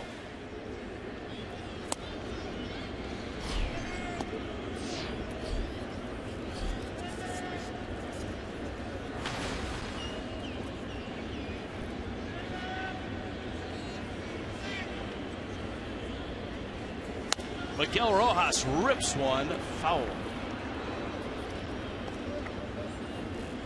Rojas. The pitcher spot, Tomas Talis is on deck. And D. Gordon. Miami has had opportunities to get something going, but every time they threaten, Aaron Harang gets a double play ball. He has 3 of them in 4 innings. Gordon is due up third. Email from Jim. We love our emails from Jim because it's not just one question, it's usually a series of questions. Some we can ask, some we can't. Jim wants to know, he'd like to see you and I join the Rays announcers in the booth for Tuesday's telecast. We have to be invited. I think that's what if we're not at the ballpark Tuesday? That's true. That's a good point.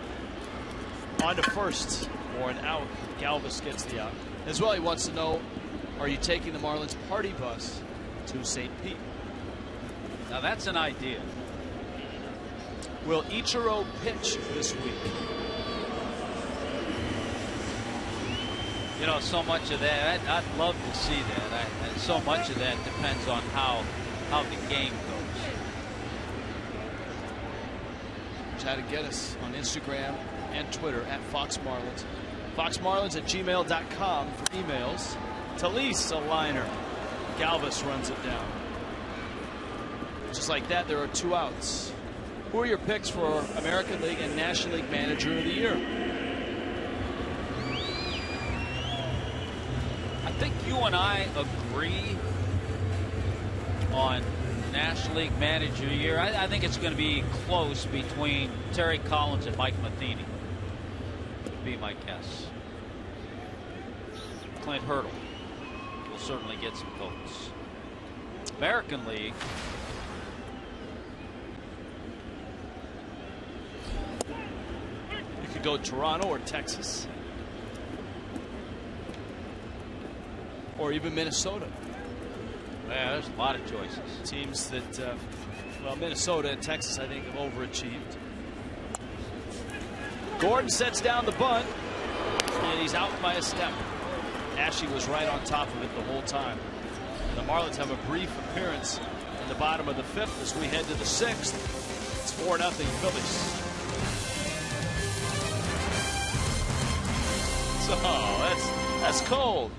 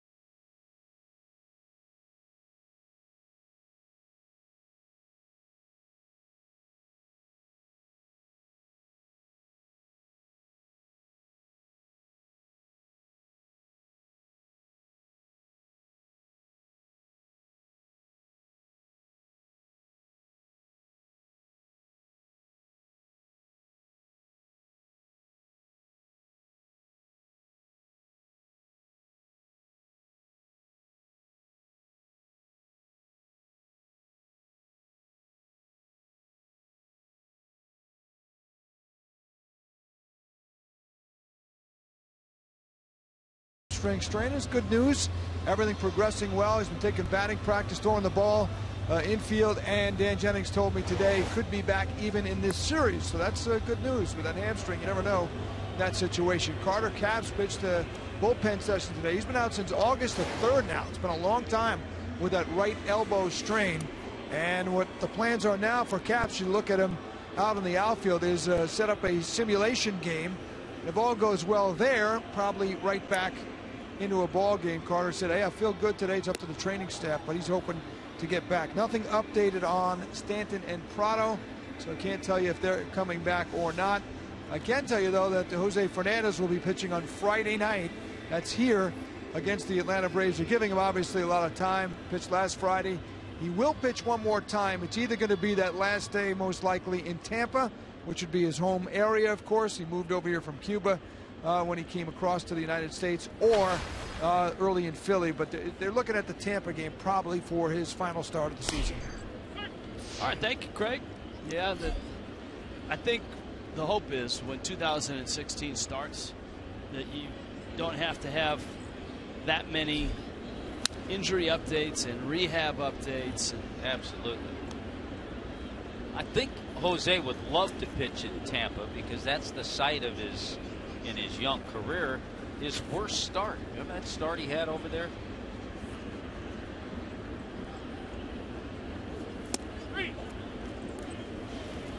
Good breaking ball from Narveson. Cody Ashe goes down, so Tom Kohler's night, 5 innings worth.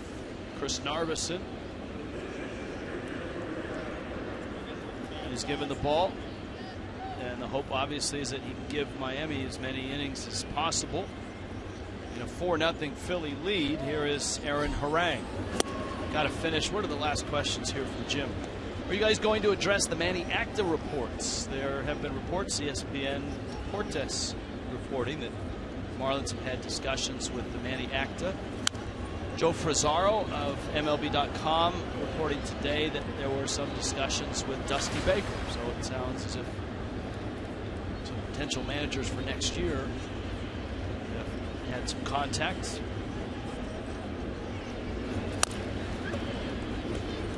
A hop there for Solano. He gets the out at first, and there are 2 outs. It's a mixed bag tonight with the emails and the tweets. I think sometimes fans are like announcers.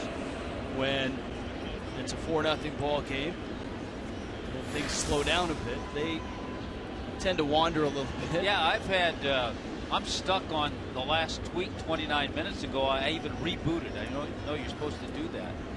Oh, you're having bandwidth issues. Yeah, I've not gotten anything in the last 29 minutes. Oh, allow me. I've got plenty of emails. You got plenty of emails? There's some weird ones here, too. 2 outs. Galvis swings and misses. Curtis, who is the furthest away Marlin fan. Why won't Major League Baseball look at electronic review of pitches? Perfect application for, wait for it, Google Glasses. Case in point, the pitch to Justin Moore in the 3rd. I'm curious to know where Curtis is, if he thinks he's the farthest away Marlin fan. Because we do get emails and tweets from Europe, and as we do, Asia, and places all over. Narveson misses away. Jack in Jacksonville, what are you guys planning to do to stay out of trouble this offseason? You know, I do know Curtis that does a lot of traveling in the Far East.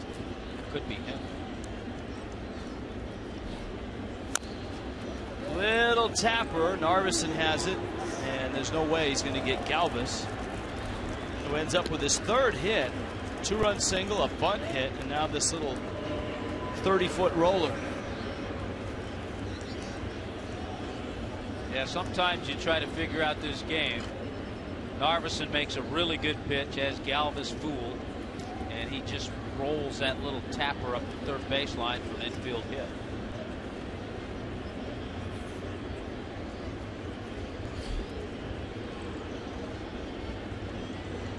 Coach V sending an email in. Tommy, it's Dan from Coconut Creek with all your baseball knowledge. And with me as your assistant, let's manage this team to its next World Series. Who's with me?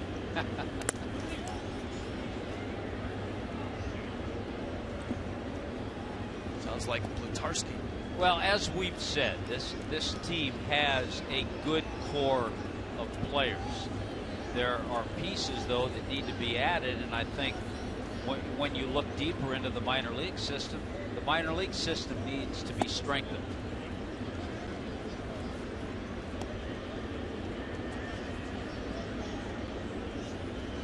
Challenge is trying to do that at the same time.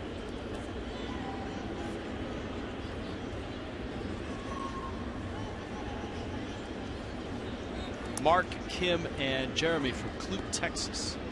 When do the schedules typically come out for next season? Will the Marlins be coming to Houston next year? We will not. And they are out. If you go to marlins.com/schedule, you'll get a look at 2016. Interleague play is in the Central, and of course Houston is in the West. Speaking of Houston, Mike Trout hit his 40th home run tonight at Minute Maid up on the railroad tracks. Hit an absolute bomb.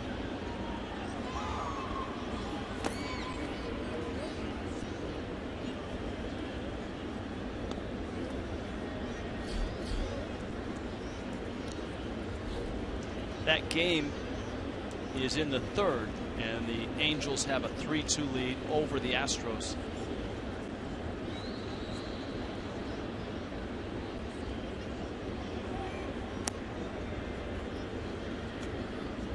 The Angels are in third in the West. The Astros are in second. Astros 1 out. Angels 4.5 back. The Angels in that wild card. Right now, in the American League wild card, the Angels are 3.5 back, with the Yankees occupying the first wild card spot. And 3 games behind them, Houston has the second. Minnesota is 3 back.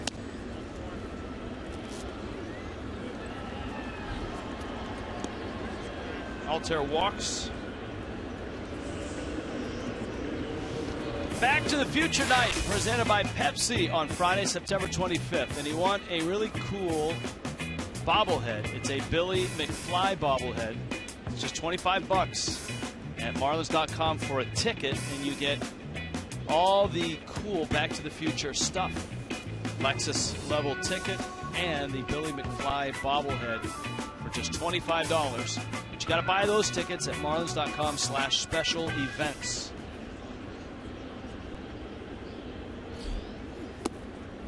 Talking about postseason teams that are headed that way. Cardinals got a little bit of a. They got some good news and bad news. I guess the bad news is that Yadier Molina has some torn ligaments in his left thumb and is going to be out a while. But the good news is Adam Wainwright has been cleared to possibly pitch a little bit and perhaps out of the bullpen for St. Louis. Herrera takes a strike. Last I heard about Wainwright 2 weeks ago, it's easier for him to pitch than to cover a base. Because of the torn Achilles that he suffered at the start of the year. But he certainly has progressed faster than anyone could have imagined. Busted bat and a slow tap wide of third. It's a foul ball. And the score still holds in New York with the Mets. They trail Atlanta 4-1 in the 7th. And in D.C. with the Nationals, they trail Baltimore 4-1, bottom 6. That was a Gio Gonzalez start. 4 2/3 for Gio. They've inserted Fister into the game now. And that's a tougher matchup for the Nationals than for the Mets. I mean, the Braves are 60 and 91. Baltimore's just 3 under. Paulo Jimenez pitching for the Orioles. A swing and a miss. Down goes Herrera. Narveson works a scoreless 6th. 4-0 Phillies. Fred Narveson.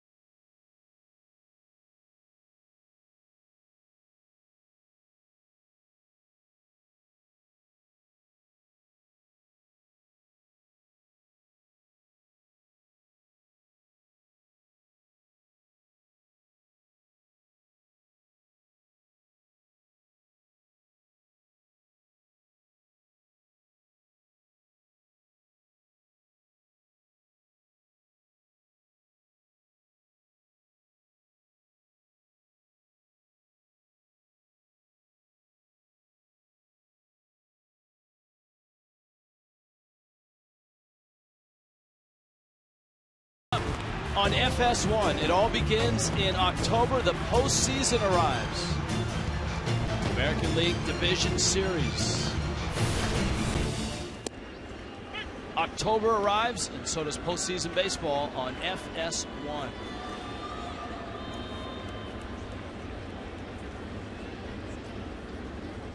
Here's Donovan Solano, Christian Yelich, and Justin Bourne.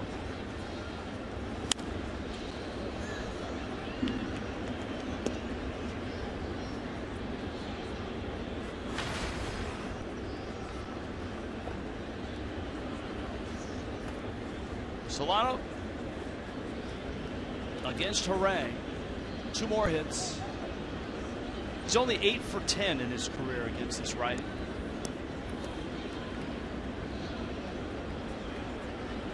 Yeah, he's building up a pretty good resume against Aaron Harang. Harang comes in. This has been a night of couldas and wouldas and maybe shouldas for the Marlins against Harang. 3 double plays, 3 consecutive innings, 2nd, 3rd, and 4th.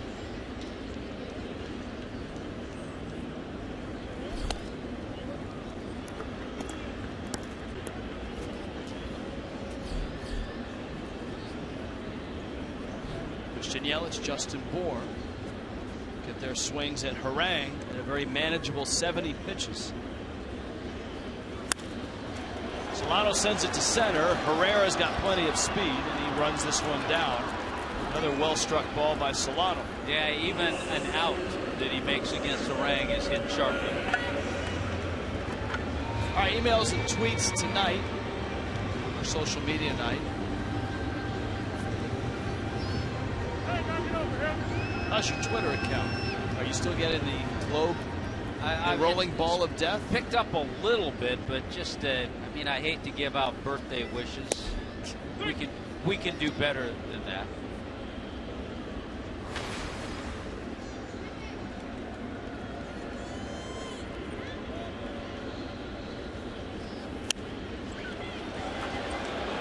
Yelich pops it first base side and out of play. We've had more bobblehead emails tonight. Doug in Coral Gables.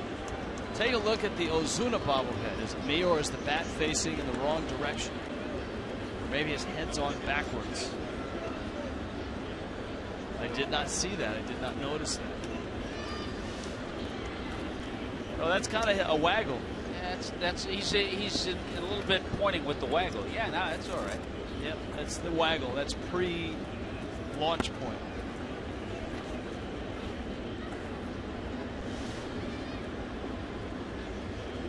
His bobblehead swings at a lot of first pitches, too.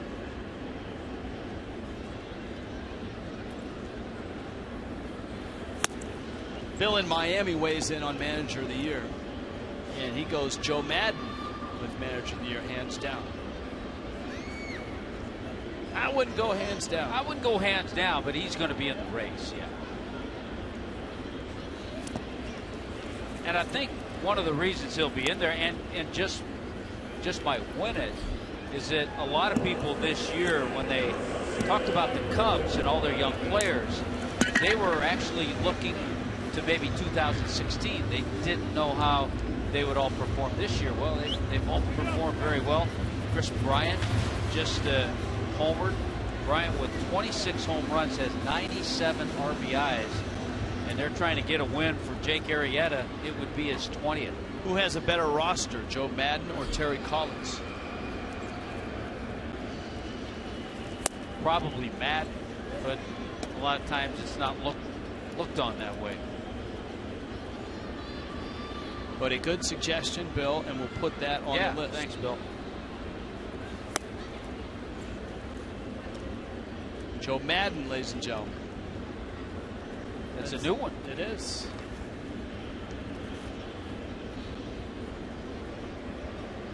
Is that Michael Barrett next to him? I'm thinking of Cubs catchers. Who could be next to Joe? What Cubs catcher, other than John Baker, would we want in the bobblehead museum? I believe it was Michael Barrett. Michael Barrett had a bobblehead? There it is. You can see the reflection. Not sure if that's Banks or Billy Williams next to him. There are some obscure people in the bobblehead museum here in Miami, further angering my partner, Tommy Hutton. I think we can confirm there was a Dwayne Stats sighting. Yes, we did see that. Dwayne Stats and Joe McGrain. 3-0 pitch to Bohr. It's strike 3-1. 4 runs, 8 hits for the Phils, including a Cody Ashe homer. No runs, 5 hits for Miami.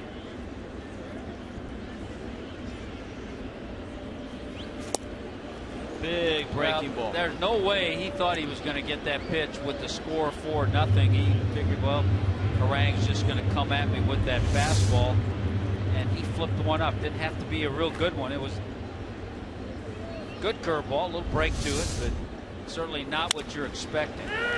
Bohr to center, shallow. Herrera charges and makes the catch. Harang in a nice groove right now. He's set down 8 straight.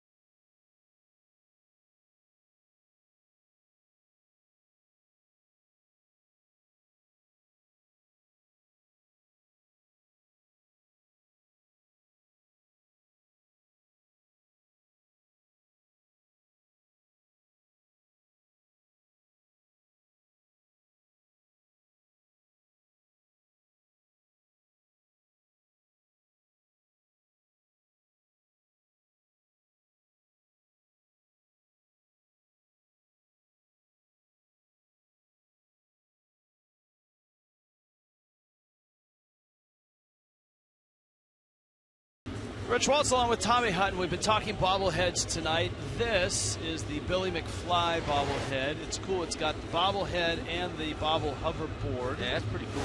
From Back to the Future. I think if you and I go like this. I don't think so. I don't know. Suggestive advertising. I don't think so. But this is a Friday night. Marlins.com special events, I believe, is the / special events. And we talked about it Friday night. Craig mentioned it.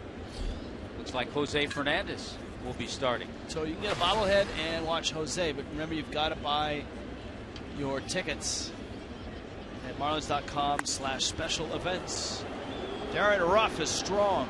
Hits it to deep left center, and he hits it out. Yelich climbed the wall, but to no avail. That one leaves. Chris Narveson gives up a solo homer to open up the 7th inning to the Phillies' first baseman. Well, we talked about how the Phillies have won 8 of the first 13 games these teams have played. Hanging breaking ball there, and that's what Ruff does. He hits pitches like that a long way.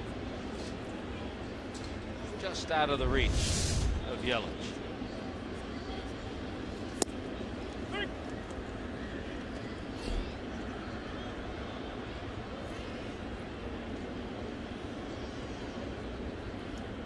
So 5-0. Bogus Sevic takes in. Yeah, Friday night, Jose Fernandez and Billy McFly against the Atlanta Braves. We check in with Craig Minervini. Craig? Well, guys, we're doing some investigation on the announcers. There are 21 different bobbleheads for broadcasters, and 10 of which are duos. You got Marty and Joe, Jeff and Jack. Milo, the great Milo Hamilton, who just passed away, Hall of Fame broadcaster. Of course, you got Marty and Joe from the Reds, and one of my favorites, Ralph Kiner, Bob Murphy, and some individual shots of the nodding broadcasters. Very popular here, including Whitey Ashburn. Harry and Whitey are here.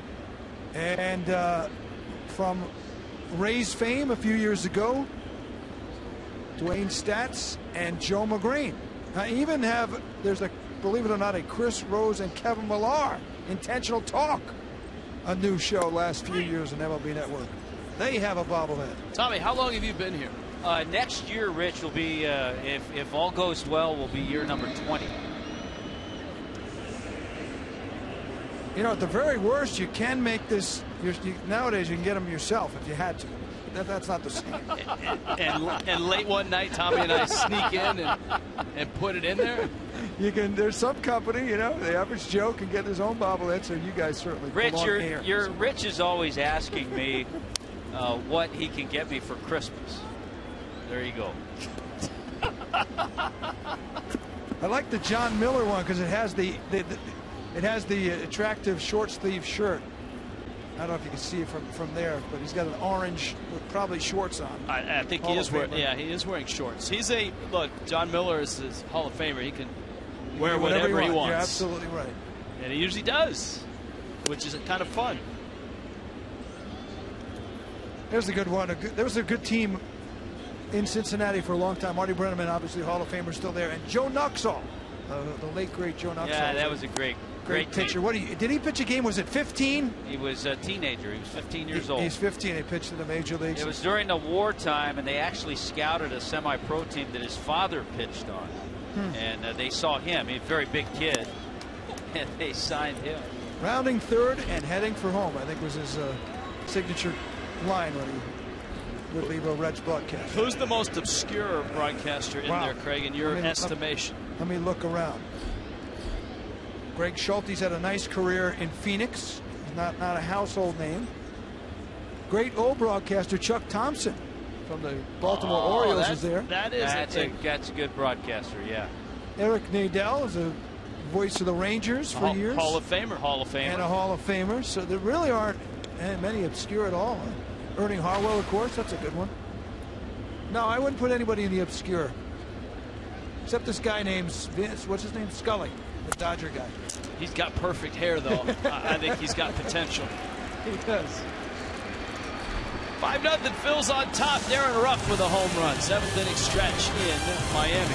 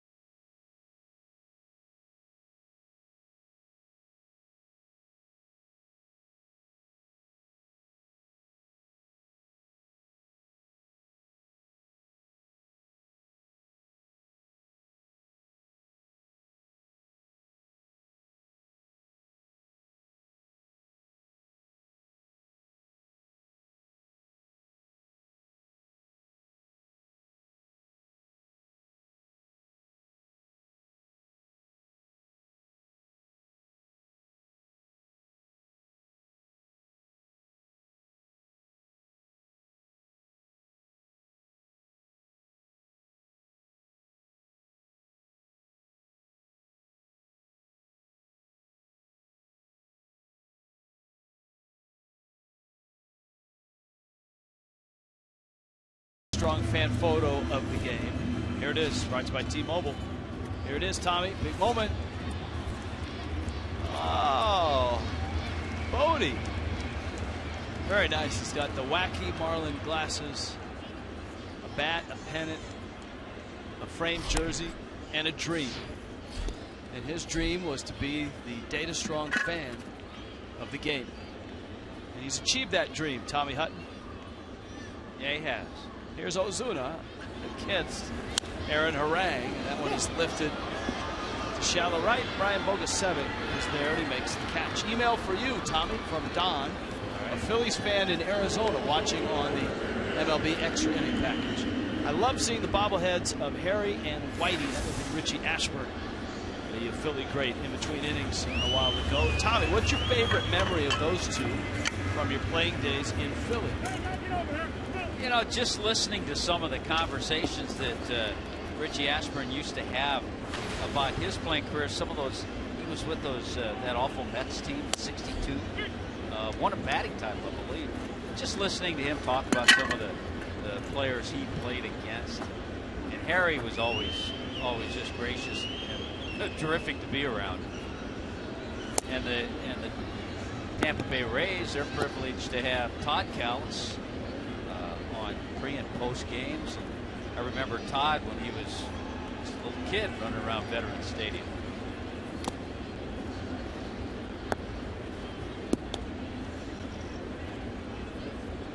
Derek Dietrich is bounced into a double play and single.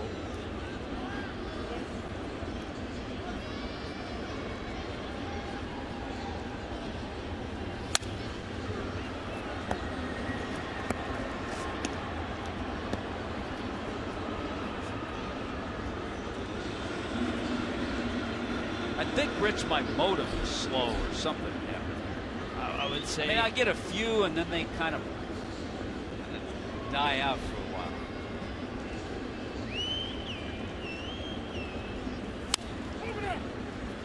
Well, if you hear that funny noise, that would be your motive. Yeah, well, that's my stomach.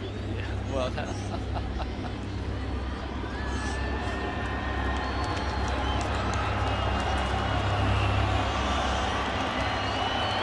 Actually, Tracy has an interesting question.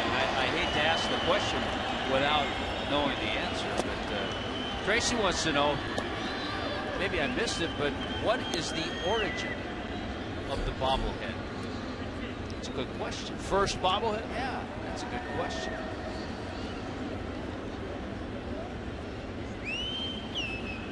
I can remember it when I was a kid, so that one darts into the gap, into the wall. Dietrich around second, headed for third, and he's got himself a triple.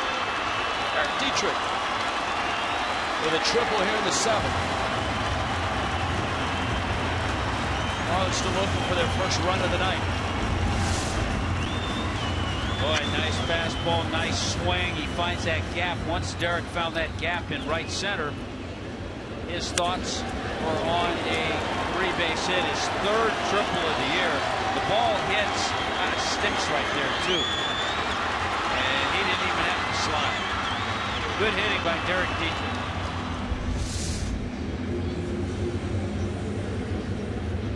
Here comes JT Realmuto. Curtis, remember, he claimed to be the farthest flung of Marlins fans. He's in China. See, that's my friend Curtis, I'm pretty sure. We don't want to give away last names. Curtis Hope all is well in China for you. So he is the furthest.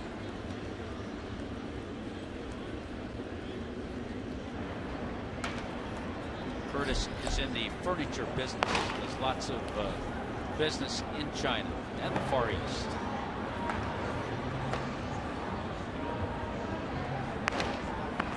Phillies pen is active. Realmuto looking for an RBI, and a high pop, shallow center, probably won't get it done. Herrera makes the catch, and holding third is Dietrich.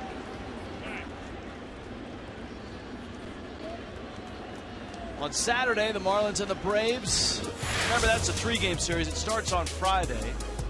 And it's Hispanic Heritage Night presented by South Florida Ford. All you can eat seats are going for just $35. Go to Marlins.com on the final Saturday Spectacular.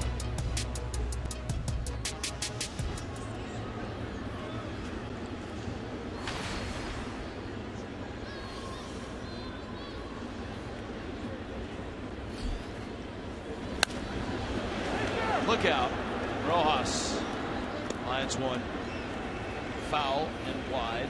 There, Rich, is a wild game going on in Detroit. The Tigers have a 1-0 lead over the White Sox.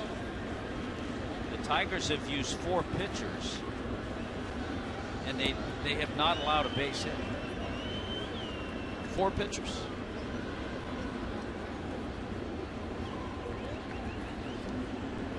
They're trying to get a combined no-hitter.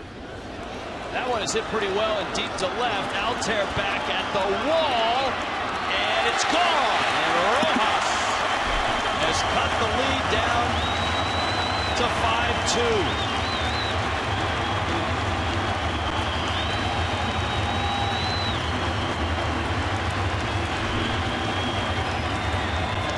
Miguel Rojas cranks one to left. First one of the year for Miguel Rojas, and extends his hitting streak to 7 games. He's been very productive during the streak. 3 doubles, now a home run. The hitting streak also extends his career high hitting streak. So good for Miguel Rojas, getting a chance to play and doing a nice job.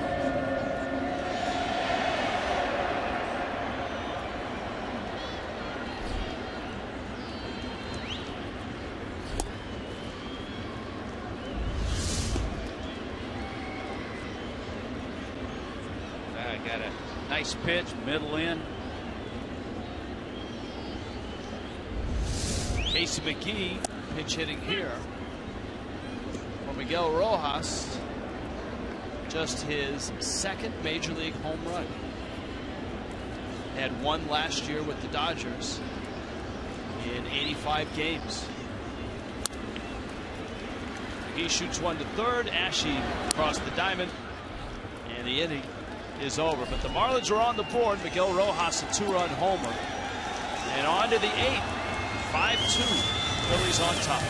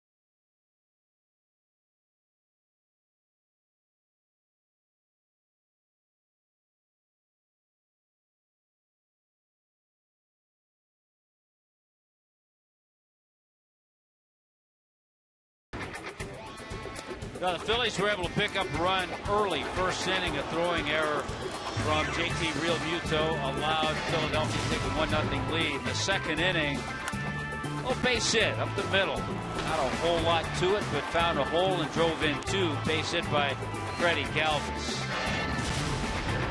Cody Ashe broke out the long ball, crushed one into the home run porch. A no-doubter for Ashe. Just added to the lead. Darren Ruff then adds to it. This makes it 5-0 on the Ruff home run. But you know what? The Marlins were able to pick up 2 real quick. First run of the year, first home run of the year from Miguel Rojas, a 2-run shot into that Philly bullpen. 5-2. That's how it stands right now.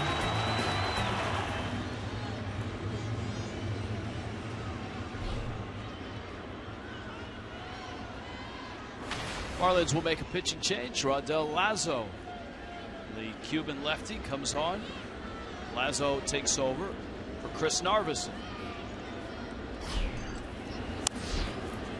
On this night of emails and tweets, we've kind of gone off on a bobblehead tangent, and we asked the question, or maybe it was a fan that asked it. First bobbleheads. And the first bobbleheads, according to the Wikipedia page on bobbleheads, the modern bobblehead appeared in the 50s. By 1960, Major League Baseball had, that year in the World Series, the first player-specific baseball bobbleheads for Roberto Clemente, Mickey Mantle, Roger Maris, and Willie Mays. They all had the same face. Those would be of value. They were not cheap to manufacture at the time. Also from that era, one of the most famous and most valuable collectibles today came out, the Beatles bobblehead set in the 60s.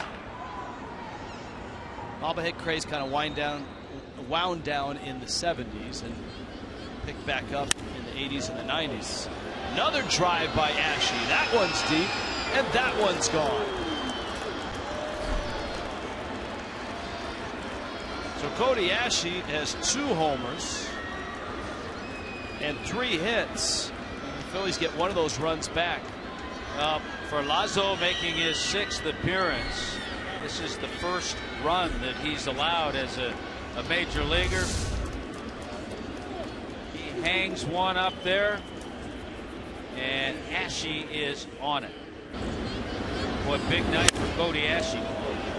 First career multi-homer game, too.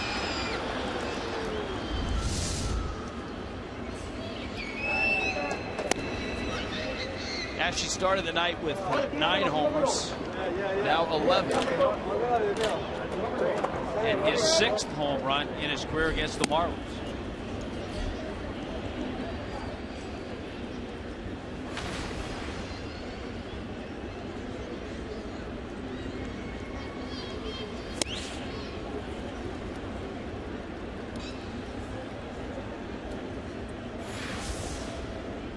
National League highest average as a pinch hitter, Jeff Francoeur, 407.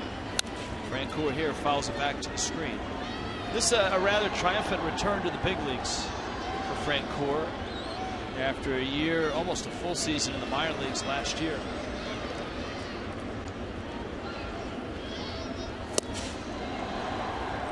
Swings and miss.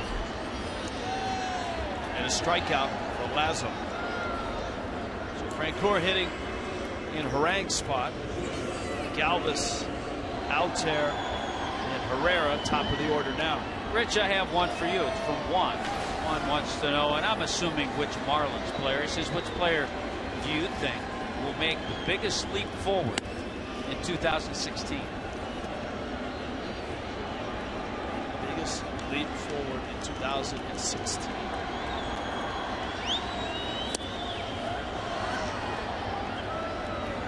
I think we've seen, if you want leap forwards this year, I think you could say that D. Gordon's taken a large leap forward. He's contending for a Gold Glove and a batting title.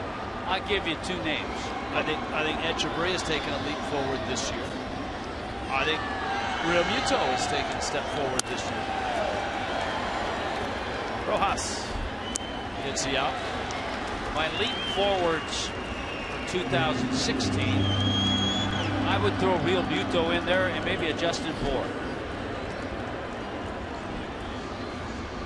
to take another step and really, in JT's case, really solidify his case for a solid catcher in this league. All right, I will go off the beaten track. I will go pitching. Okay. And I'll go Kyle Barraclough. I think he'll take a big step forward. I think he'll be a very valuable bullpen piece next year. And after that, how about a starter? I don't want to double up. All right, I'll go with health. I'll go Jared Kozar. I like that one.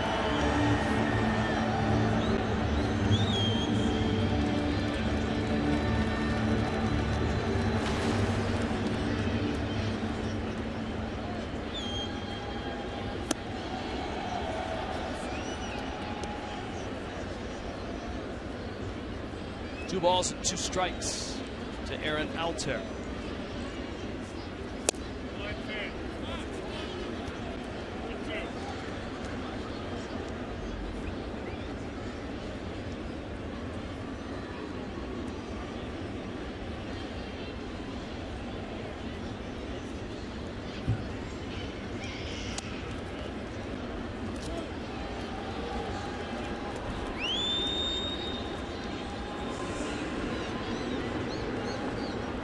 Alter now at first.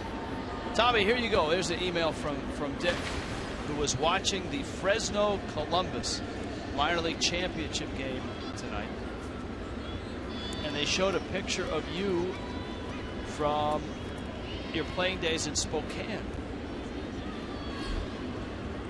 I believe that game, one of the broadcasters on that game was Bobby Valentine. And so that would hold that they were talking about your team in Spokane. About that 70 Spokane team with Tommy Lasorda is the manager, whose birthday, 88th birthday it was today. Garvey, Say, Valentine, Buckner, Lopes. Am I missing anybody? Who are your Hooten? Who are your No, pitchers? we didn't have Hooten. It was a little before him. Doyle, Alexander, Charlie Huff. Huff. Okay. Sutton was already in the big leagues? Sutton was in the big leagues. He was established. Saw Huff take charge of the knuckleball.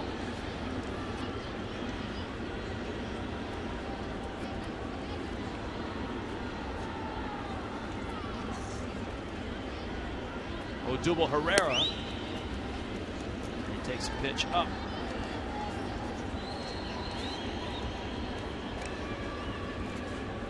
Herrera struck out twice. Walked. 6-2 Phillies lead. So you showed up on that telecast, Hut. I guess I did. You know what? We've showed up everywhere tonight, except in the bobblehead music. You're going to have to let it go, partner. You're going to have to let it go. Herrera with the single. And here comes Darren Ruff.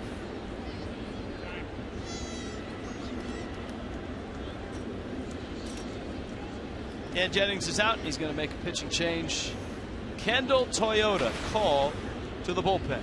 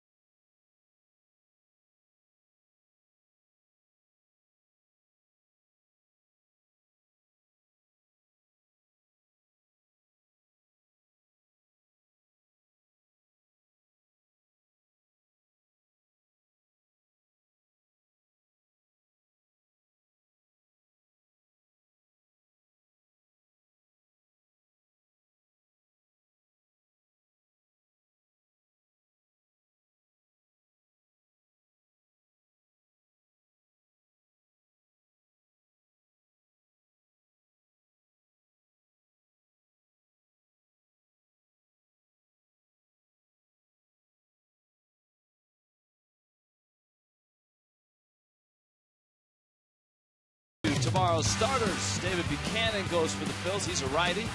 Adam Conley, the lefty, goes for Miami. Conley at 4-1. And Buchanan checks in at 2-9.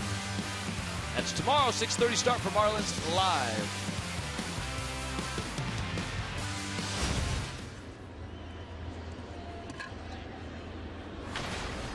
Andre Rienzo, the pitcher, is in. Rienzo gets Darren Ruff, who homered in the 7th. 3 homers by the Phillies, all of them solo shots, 2 by Cody Ashe. An 11-hit night for the Fightins. They lead Miami 6-2. This was a Tom Kohler start, 5 innings, 7 hits, 4 runs, 3 earned. 3 walks and 5 strikeouts. Chris Narveson, 2 innings and a run.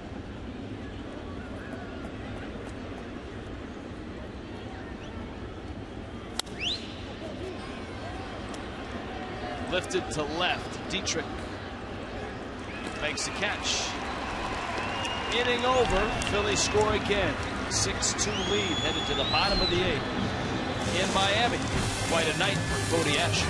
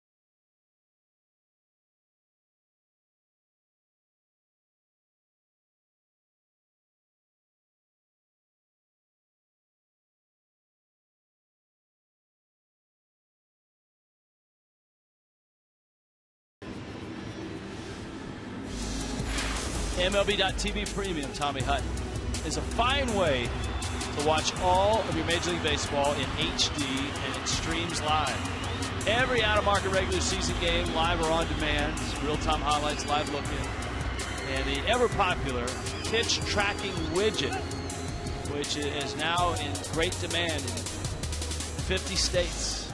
MLB.TV Premium includes a free At 15 subscription. Visit MLB.TV for details. Phillies go deep into their bullpen. Dalier Hinojosa.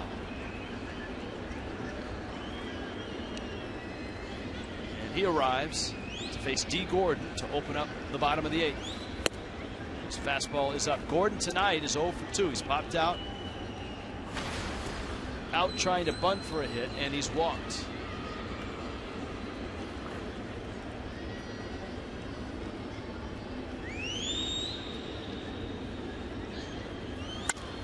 Gordon lines it left field. It's caught there by Altair. And Hinojosa has his first out. Yeah, that's just, again, bad luck. Good swing by D. Ball sliced right back to Altair. Updating you on the Mets and the Nationals. Those two teams have been trailing for a while now. It's the 9th inning in D.C. It's getting rather dire there. 4-1 Baltimore. At Citi Field, the Braves lead is now 4-2 in the bottom of the 8th. You know, one of the interesting things in that Nationals-Orioles series, I thought last night they were rained out. Instead of scheduling a doubleheader, Solano down the right field line, and that's a 3-hit night for Donovan Solano. I think they did not tell Donovan that Harang was out. he just envisioned Aaron Harang up there. Good swings all night from Donovan Solano, starting at third base this evening. Yeah, the Nationals and Orioles didn't schedule a doubleheader. They each have Thursday as an off day, so they scheduled to play the single game earlier, not a night game, but they're playing it on Thursday. Yelich, a one hopper snared by Ashe. The turn to first is in time. Nicely done by Andres Blanco, who's turned some good double plays. And the Phillies turn their 4th of the night. And that's one of the reasons it's 6-2.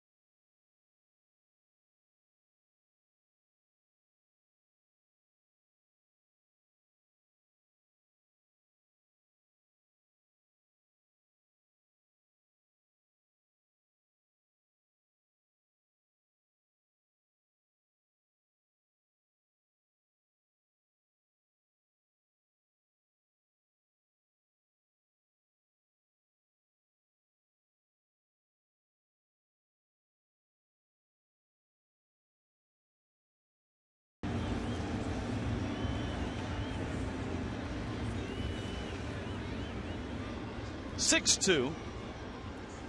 Phillies on top. Now there are some Philly fans, Tommy Hutton, and I'm sure if you went down there they would say, Tommy Hutton, I remember you from the 70s, slick fielding first baseman. Rank. Rienzo to Brian Bogusevic. And that's strike Bogusevic. Andres Blanco. Eric Kratz to follow. It's the 9th. Emails are still coming in. Fernanda, who exclaims, I've been twitting, but you guys never read them. I'm stuck 9 minutes ago. I'm really slow. That's called a timeline. The timeline is off. Where do I go to speed up the timeline? Maybe switch to, for you, maybe switch to dial-up on your modem, and you might get some more tweets. That's outside corner. Bogusevic strikes out. He does not see the humor. Let me go to settings. All right. You work on that. I'll read this one. Right. You guys never read my tweets. Yeah, you got a break there. Rienzo did. Who do you guys think has done more damage against the Marlins? At one time it was Chipper Jones. This year, Fernanda believes Yunel Escobar. You guys have anybody else for that fish killer team this year. Cody Ashley tonight. How's that? I certainly agree about Escobar. We talked about it in D.C. Remember, he had a 5-hit game against the Marlins earlier. Hasn't Jason Hayward had a big year this year against the Marlins? It almost seems like it has to be a team in the division that you see more often.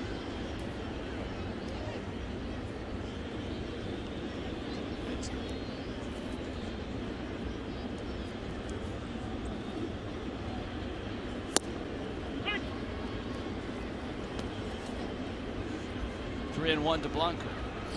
All right, we'll work on that. We'll turn our baseball historian loose. That one foul back and out of play.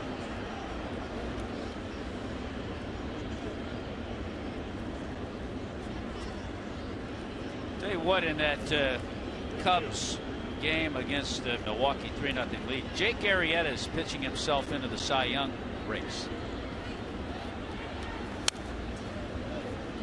I don't know if his numbers will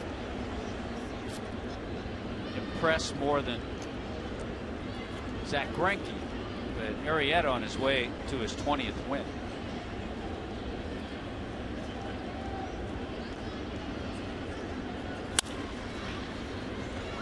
D. Gordon, nifty play, gets him at first.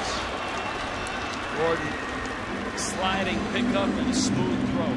I love that play when he goes to his right. He times it just right. Knows he has to go down a little slide and it just pops up. It's a thing of beauty to complete the play.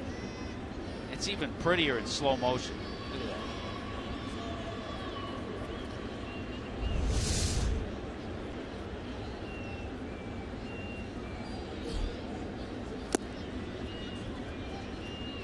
Good job by Andre Brienzo since coming in the game.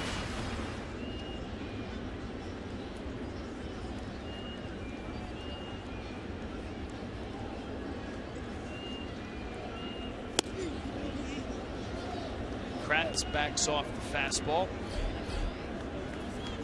For Ozuna Dietrich, last shot for the Fish. Coming up bottom 9.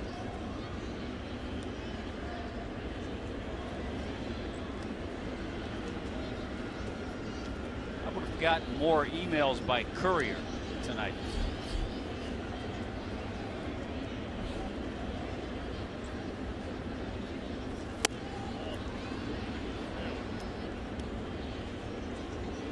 That's what happens when our IT person is off.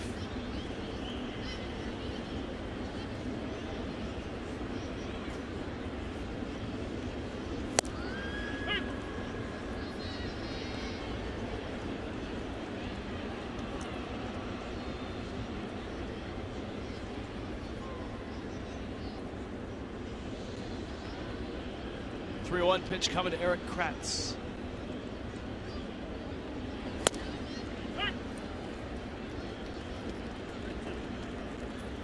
Braves were able to get out of the bottom of the 8th without any more damage. So it's 4-2 Atlanta going into the 9th in New York. 4-1 Baltimore, bottom 9 in D.C. And the Yankees lead the Blue Jays 3-2. Oh, by the way. Yeah, the Blue Jays got a great job last night from David Price. To 114 pitches in 7 innings, 87 strikes, gave up just 2 hits and no runs.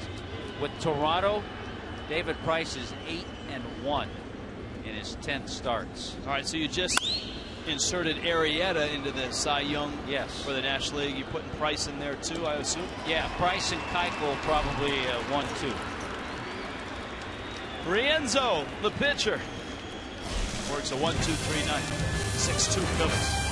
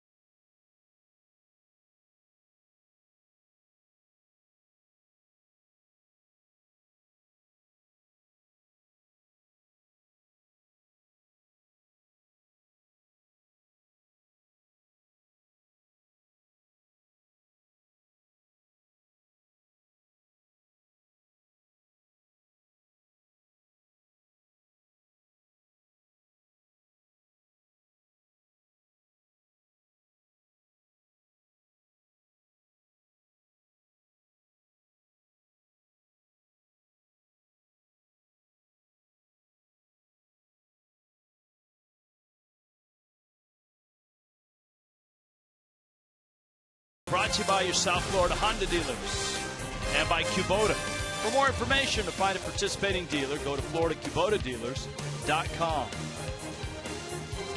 In Miami tonight, it's Phillies and Marlins. And it's been all Phillies from the very start. A 6-2 lead here. Miami saw a lot of Aaron Harang for 7 innings. Dalier Hinosa for an inning. And now,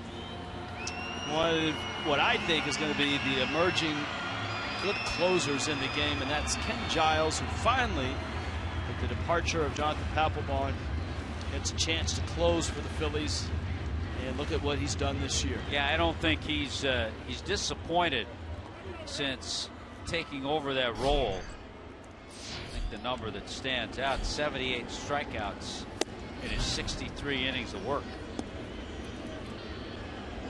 Justin Bour, Marcell Ozuna, and Derek Dietrich. The challenge for the Phillies, if they can, is to build a team that Giles gets a chance to save games for.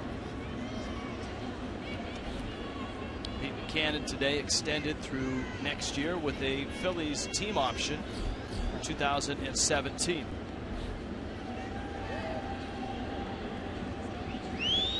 Got an email from Woody. Bour cracks it. Blanco slides and gets it. Our friend Woody, who's a friend of the show and watches a lot of Marlins baseball.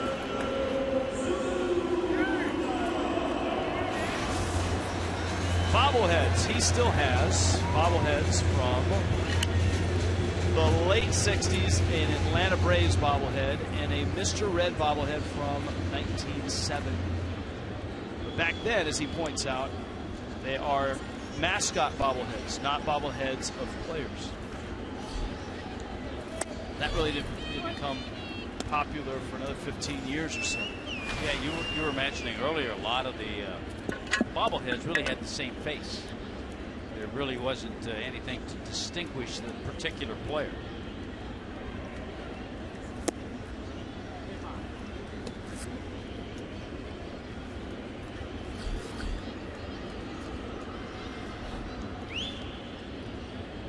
Ozuna has singled, fly to right.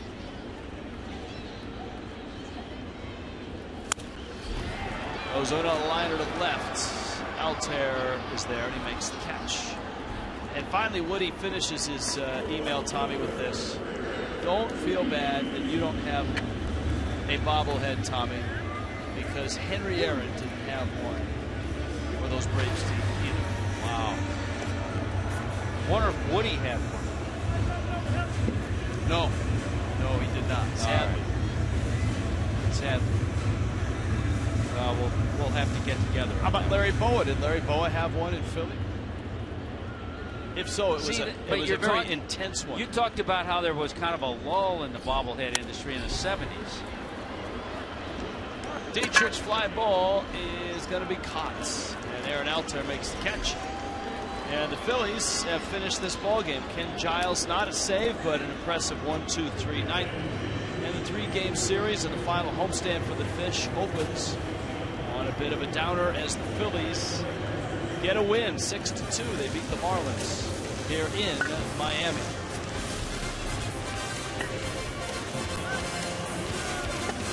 Marlins Live around the bend.